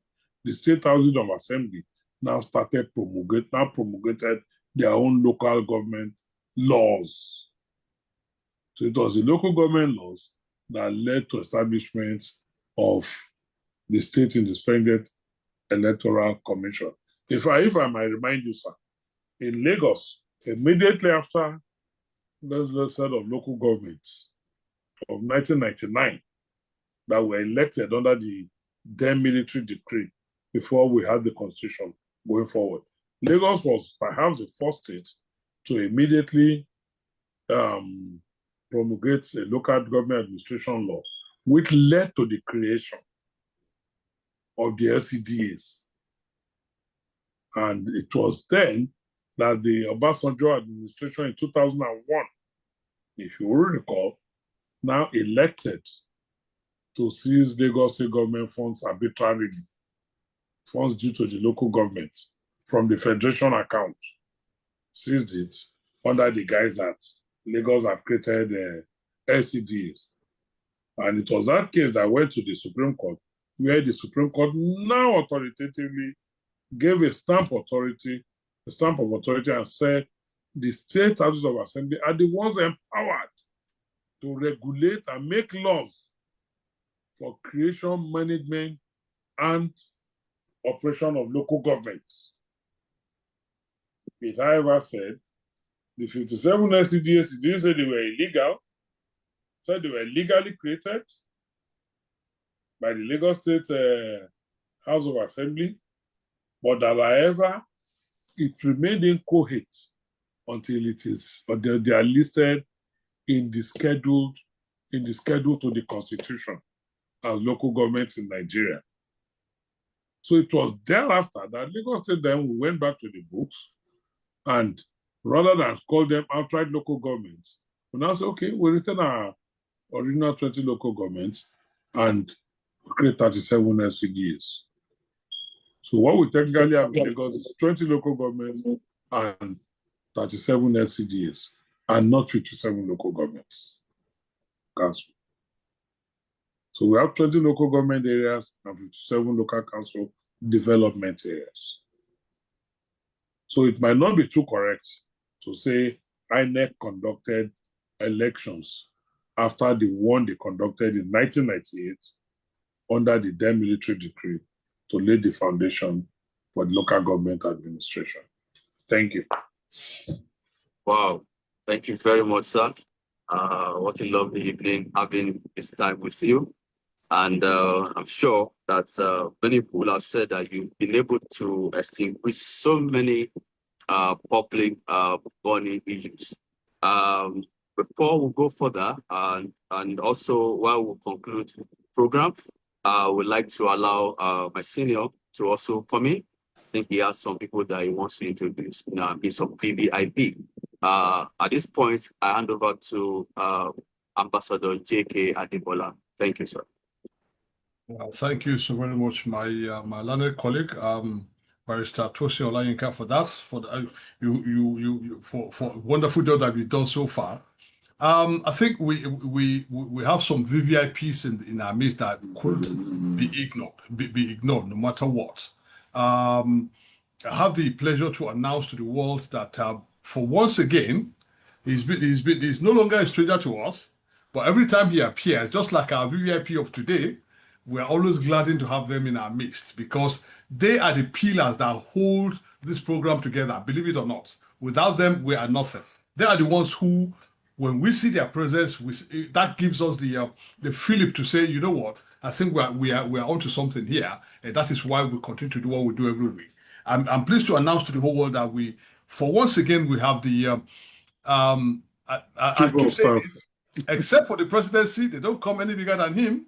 Is the Right Honorable Femi Gbadabiamila.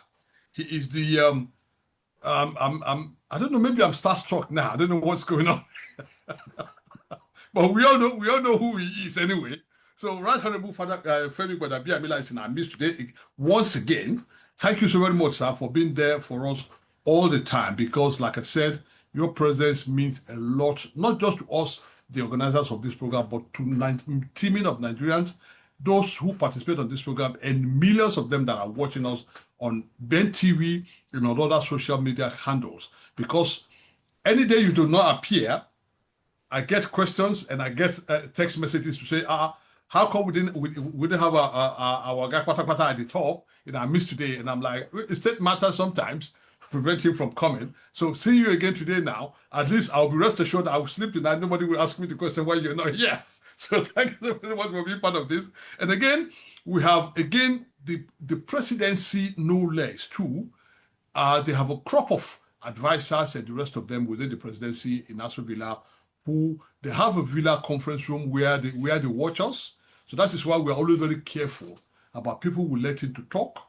If you see us being a bit meticulous about who we're allowed to talk or not, that's the reason, because we cannot afford to have these people around us and we allow some miscreants to come in here, and because we are talking serious business here. So if you are not serious, sorry, you ain't got a place here with us. Sorry about that. So thank you so very much, sir, for always being with us. And again, we have some royalties. Oh, that's how we attract them. We've got Prince Larry Adegun. I'm not going to say which I think it's from somewhere in Ogun State. Maybe next week I'll tell you who he really is. But he's a royalty too, who has come on again to show us some love. Thank you so very much, everybody, for being part of it. Your presence means a lot to us and to our teaming supporters, because this program is all about bridging the gap between the led and the leaders and the led. And for us to have you all guys here within us means a lot. Thank you so very much. So let me just hand over back to my colleague now, because we have two hands up now. So, and like we said, we don't want to go beyond 2 hours. We have only 30 minutes now. So perhaps maybe this will be the last two. Well, I'll leave that to Barrister Tosin to decide, but we don't want to go beyond 6 o'clock. Thank you so very much. Thank you very much, sir. Please, I would like our two other participants to please make it brief, as we don't want to overwhelm our distinguished guests with some of the questions and all that, as we will be exceeding our time soon. So please make it brief, like I said earlier. I'll be calling on Honorable Omododu Nick Apata. And after that, we want Mr. Ogedengbe Mohammed Sikiru to also get ready. Honorable Omododu, please, you have the floor now, sir.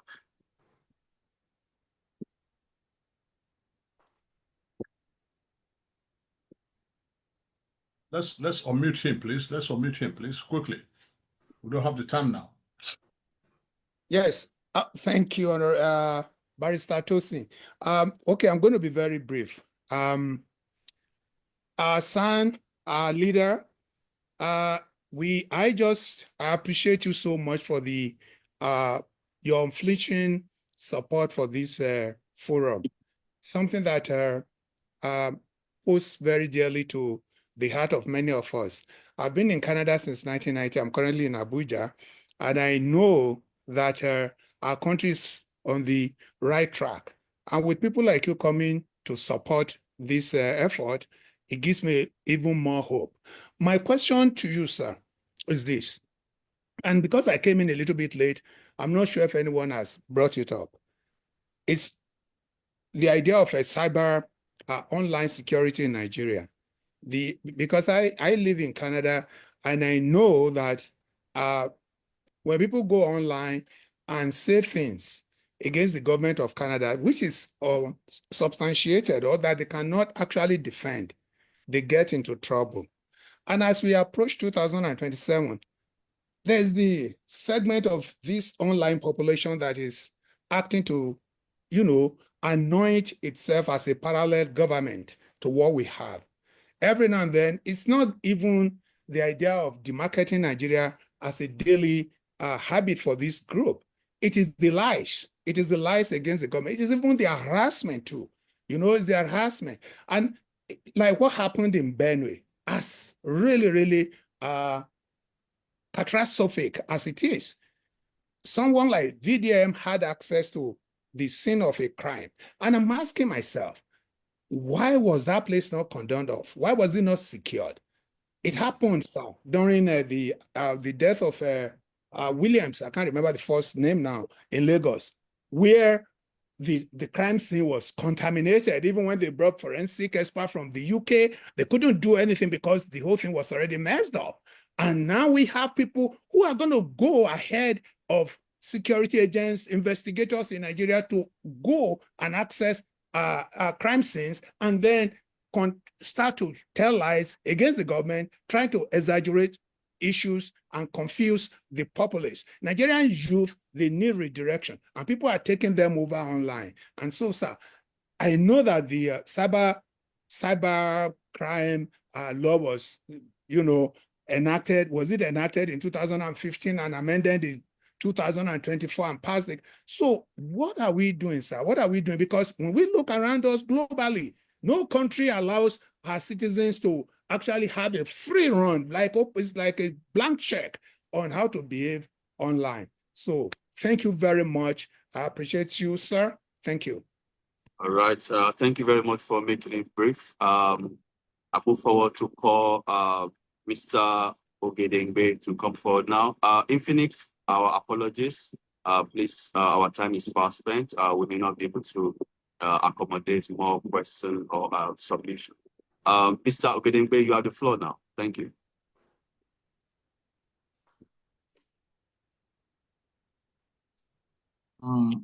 I am called again to ask a question. Though this my question does not fall under this today's topic, but thank God that our former speaker, Right Honorable Gbagamiela is on the program. The other time last year, I asked a question, but our guy JK Adebola tried to keep me short. And my question is on abrogation of dichotomy between HND and BSc. Up to now, up to today, nothing has been done as regards that. Meanwhile, while our former speaker, Right Honorable Gbagamiela was the speaker, then they passed the law, sent it for assent by the former president. But the former president could not assent the law. And I believe that since governance is continual, that ought to have been pushed to our president, because me, I so much believe in President Bola Ahmed Tinubu, though I don't belong to any party, but I so much believe in his administration. That is why I've been keeping glue to this program. Please, sir, we don't know what can be done as to that regard, because it will help his administration. Right. Thank you, sir. Thank you. So I just quickly, so I can round up, Abi. Yes, sir. Well, let me also pay compliments to my brother, my friend, my Oga, Right Honorable Femi Gbagamiela. I think I'm so glad that he's also here. And I noticed that he comes in regularly. And I know those on the conference room are also gathered around a table. And I think I have an idea of some of them who are there and also watching us. But let me also surprise you, Ambassador, my Oga at the top, the person who would make sure I have dinner and breakfast is also on the line. And I cannot but say thank you, Honorable Justice Oyinda Ogala, my wife, for being here. Okay. I see my friend Olumide Ajomale, thank you very much. I see Chief Adebisi Oridate. I thank them very much. And a few others that I can also see here. So, but let me just address Mr. Nick Akpata's concern. And you see, what you just raised will give you an idea of how difficult it is to lead our country. When I saw that trending video by PDM, I was also shocked. And like you asked, why would a crime scene like that be contaminated? Because he was contaminating it by doing what he did, unauthorized access, and then throwing things in the social media. There's a cybercrime law. If the government today is to go ahead to want to enforce that law, you can imagine what the public will start saying. Oh, they want to repress free speech. It's undemocratic. So a lot of the time, we also do a lot of this activism based on ignorance. You can see what is happening with some trials of some big persons that are ongoing now. You could see Simon Ekpa, for instance, is being held in Finland. Imagine if it was in Nigeria that is being held, who was using the cyberspace to make inciting statements and what have you against his country. But thank God, some other country where he thought was a safe haven has brought him in. And that tells you how difficult it is for us to lead our people, where even the government has to bend over sometimes. If we look at the recent case of the revocation of titles in the Federal Capital Territory, and a big party like PDP that had not paid ground rents for 30 years or thereabout sees it, he appeals to the public that is political. when it's strictly law and commercial. But the president had to come in, bend over to grant them some 14 days reprieve to pay up. And you'll be shocked that the same people will not pay up. And these are properties that people own, and they are of high value, collect heavy rent, and yet will not pay that which is due to government. For those of us and those of you in diaspora, I mean, you know what will happen if you are to do that. Within 1 week, you don't pay, we know what automatically happens. It's not, even the president or anybody will not step in. But that is how difficult it is to lead us as a people, that we abuse the cyberspace. We use it to for make treasonable and defamatory comments. But when there are attempts to bring people to book, the public, without of ignorance, say it is repression. It is about free speech, as if this other person who is being defamed does not also have his own rights. And even the government itself has a right. As much as it has a duty to you, you also have a duty to it. But again, thank you, that is coming from somebody like you who made that observation. When I saw it, I was also shocked. And, but it is what it is.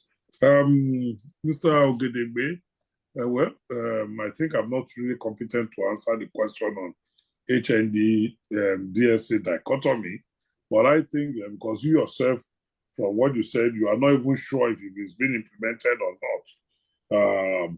If it's been implemented, I'm sure it will reflect in the remuneration and the recruitment policy of the government.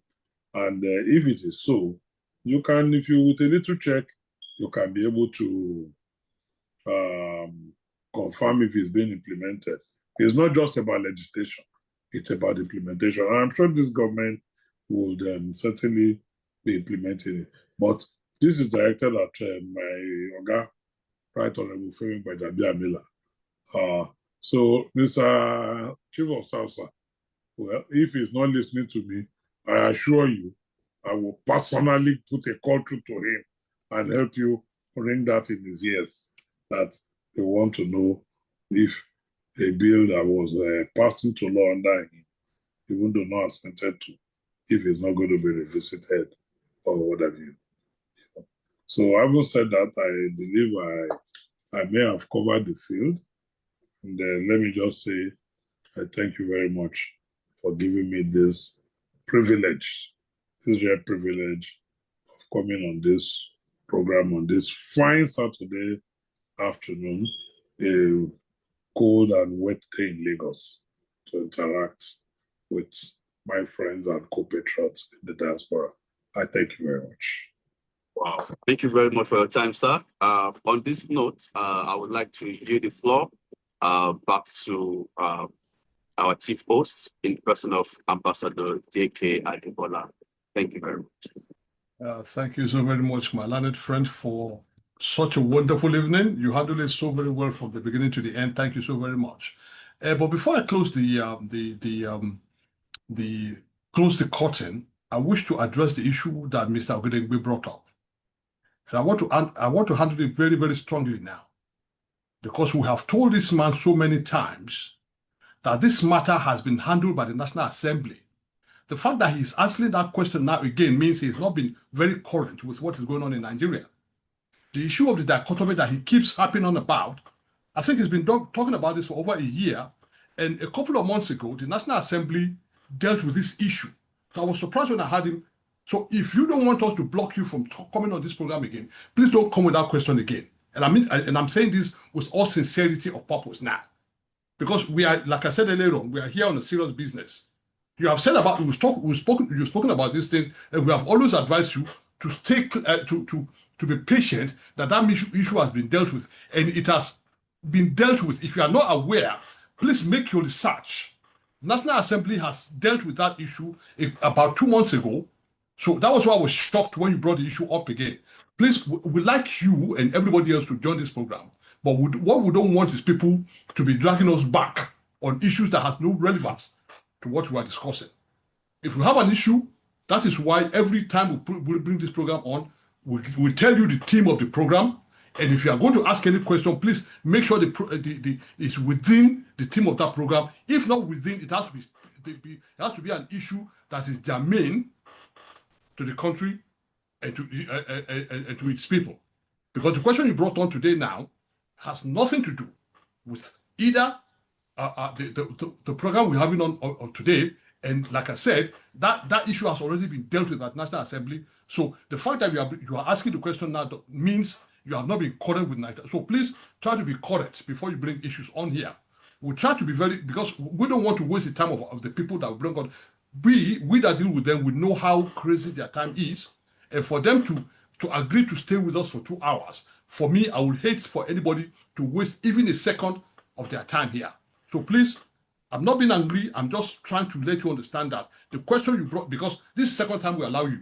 We allowed you the first time you asked a question, and I wasn't expecting you to come back the second time to be asking a question that would drag us back. That was why I'm a bit miffed about it. So please be guided next time. When you come on our show, come with some serious questions, and I'm sure our VVIP will answer you. Thank you so very much. And on that note, I think I just need to say my gratitude to our guy Patapata.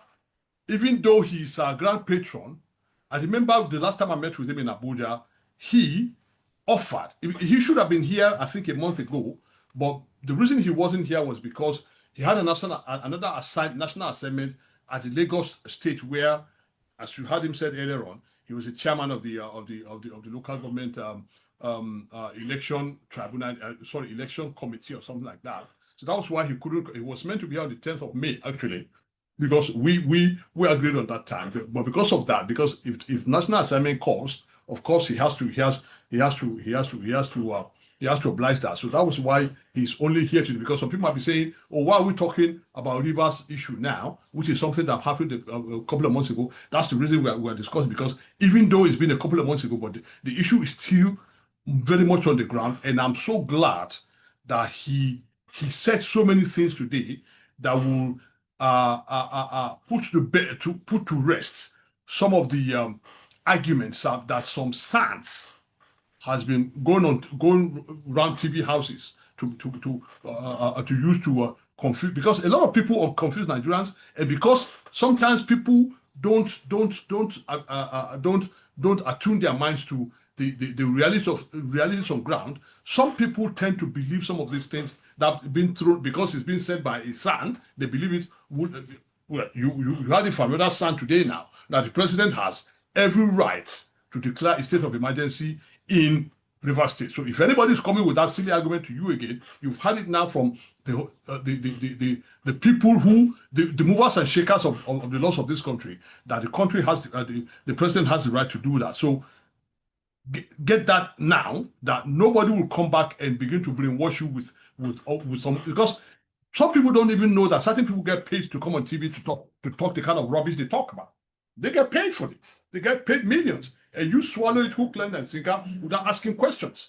So that was one of the reasons why we decided who else to bring on this program than a legal luminary, somebody who is an institution within the legal department in this country. That's why we brought him in. So thank you so very much, sir. And my apologies to Madam Oyida Ogala for missing you out of the list of the VVIPs. Please pardon me, and I'll make up for that by coming to Abuja to grovel to you, or maybe Lagos, even wherever you are, to grovel to you, because I don't even understand how I missed that. But sometimes, we get caught up by the euphoria of the event sometimes, that we miss out certain things. So thank you so very much, Madam, for that. And somebody else I missed out was Emmanuel Clement. He was, if you remember, he was one of our VVIPs a couple of weeks ago. He's on the program too. Somehow I missed him out again. Again, it boils down to the euphoria of the event, because sometimes you get caught up in all of these things. So you miss out something. And Olamide Ajomale, I know who that is as well. Thank you so very much, sir. And my apologies for missing you out.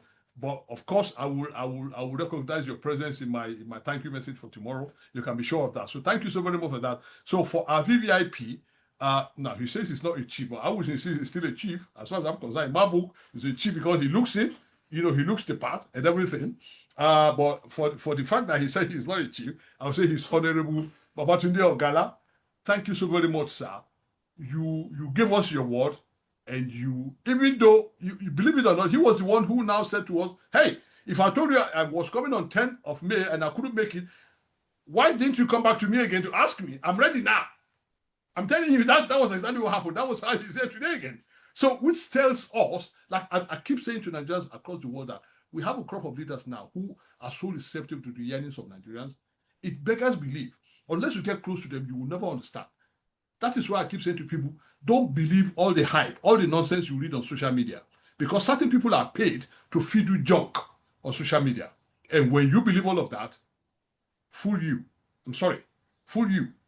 If you really want to know what is really going on in Nigeria, come to our program here. Now we they give you a cocoa. When you come here, you go hear the origin of what's going on in the country. So thank you so very much, sir, for being part of it. But before we go, like I always do, I want you, sir, to give us your last how do I put it? Your closing remarks. Because, like I said, we always like to feed from your words of wisdom. Because every time you talk to us, it's like a succor to our soul. So you have the time now. You take how much time you want to talk to us. We know it's 7 minutes past 6 now, but we still want to hear from you, sir. Thank you. Well, thank you, Ambassador JK. What else is there to say? Well, I've said everything you've thrown at me, but it's never too much. We will never be tired of saying and commending you and your team for what you do for your country, for what you do for the administration. You see, while I keep assuring you that your efforts are not unnoticed, for the Chief of Staff to be regularly present, it also tells us that some people somewhere around the president are conscious of what you do. Yeah. We know if you look on the screen, you will see that there are also some people gathered in the presidency villa conference room watching. That is again a confirmation that what you do here is being seen and recognized and appreciated by the president. If it is not serious business you do here, I'm sure the Chief of Staff will not waste his time, his data, to sit with you and shut every other opportunity to use his data for other things. I am sure if it is not, what you do here is not recognized and appreciated, there won't be a villa conference room gathering watching on the big screen. For all you care, how you sure the president himself is not even watching us on that big screen? We even sure because we don't know those who are there. So it's just a confirmation that what you do is recognized. And for Felix Ajayi, who thinks you have forgotten, if the Chief of Staff is watching, I'm sure he's also not just watching and listening, he's also taking notes. I'm sure those in the conference room are not just watching and listening, they're also taking notes and noting the observations. I recall, I can't remember which minister was here, it was education, not education, and somebody talked about a proposal. I think it was the health minister, right? Talked about the proposal and he said, oh, come over. And the person I think came back a few weeks after and said, yes, we have fruitful meeting and we're on to something good here. Thanks to what you do in this town hall meeting. That recognition came. And be assured, I've said it over and over again, the president is not unconscious of what you do here. And I'm sure he is appreciative of what you do. The Chief of Staff, before long, I can assure you, and I'm going to sit on his neck. He will be our guest before long.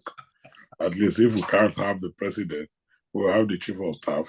And gradually from the Chief of Staff, we'll be promoted to have the Vice President. And one day, we will have the President. But for you in diaspora, I thank you very, very much for doing what you do for your country, what you do for this administration, for the education you provide, because it's a lot of education. And from what JK was just doing now, the way he addressed the man who was talking about Mr. Gidigbe, and you could feel passion, you could see it.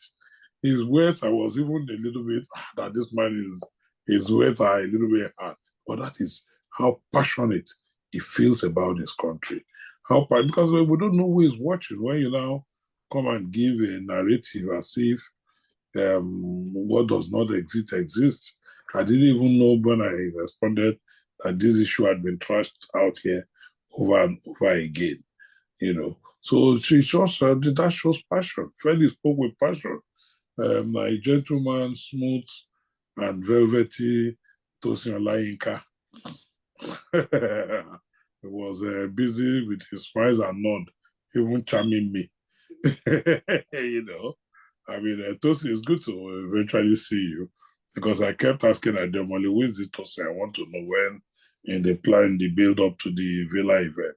It's good to. So, I mean, what you guys do is not unnoticed. I mean, the government is saying it, and I am sure the government will reach out to you sooner than you imagine and when you least expect it, in the manner you least expect it. Thank you very much, and continue to be good Nigerians and good ambassadors of the Renewed Hope agenda that you've been. Thank you. God bless.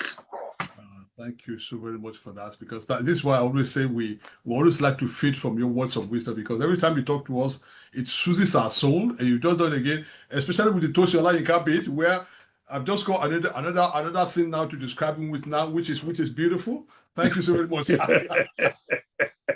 Thank you so very much for that. So on that note, we will be drawing the curtains, but then, like I said, we have a couple of VVIPs. I mean, that are missed, apart from the ones that I've mentioned. We have Professor I'm trying to get his name in right now because I don't want to mess it up. Shegun Olusegun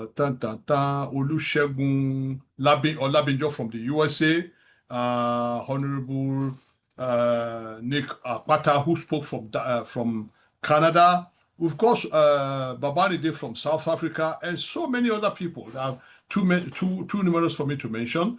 Engineer Olabode Adimide Jones, who spoke earlier from Russia. We have so many of them joining us from every part of the world just to be part of this program, and it shows how global this program is. And that is one of the reasons why when you heard Honorable Ogala talk about me being passionate about when I was responding to Honorable Ogedengbe, that was the reason, because we have a lot of people joining from all over the world. I want us, when we're talking about issues, let's talk about issues that is germane to the country, not talking about issues that is no longer an issue and trying to make it an issue. So that was why I was a bit uppity about it. So if I was a bit uppity about it, I apologize for that. But then, hey, passion is passion. I believe in my country. As far as I'm concerned, I'm a Nigerian to the core, and I make no apologies for that. You know, so it is what it is. So, because I have no other country, Nigeria is my country, and for me, nothing gladdens. I've said it so many times here that nothing gladdens my heart than if tomorrow my children ask me that when the country is going wrong, what did he do? I want to be able to point at 1, 2, 3, 4 that these are things I did. To add my own little bit to it, to make sure that the country is on the right track. And I believe if every single one of us are doing the same thing, trust me, in no time, the country will be better for all of us. And that is what I see in Asiwaju. You can hate him all you want. The fact remains that he's doing something. What many people, and I've said it here a couple of weeks ago, that even retired generals, we had 2 of them who, despite leading the country as military men, they came back to lead us as civilians. What they couldn't, what they dare not do. This bloody civilian is doing it now. So why wouldn't I now support him? This is where I'm coming from. And that is where, for me now, anybody who wants to run down the country now is my number 1 enemy. I'm sorry. I have no apologies for that. That's the way we are. Because Nigeria, for me, is a unique country that everybody must love. So this is where we are now. So don't let me bore you with my own sentiments. It's just the way I am. Thank you so very much again for being part of this program. Next week, we're coming your way again with another 2 hours of, as they would say, the Bende will say, Ogbonge conference. We will be back again with another VVIP.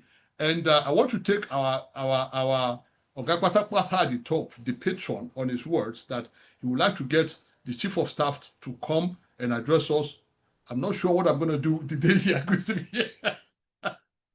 I'm not sure. Maybe I will fail because I'm already starstruck now.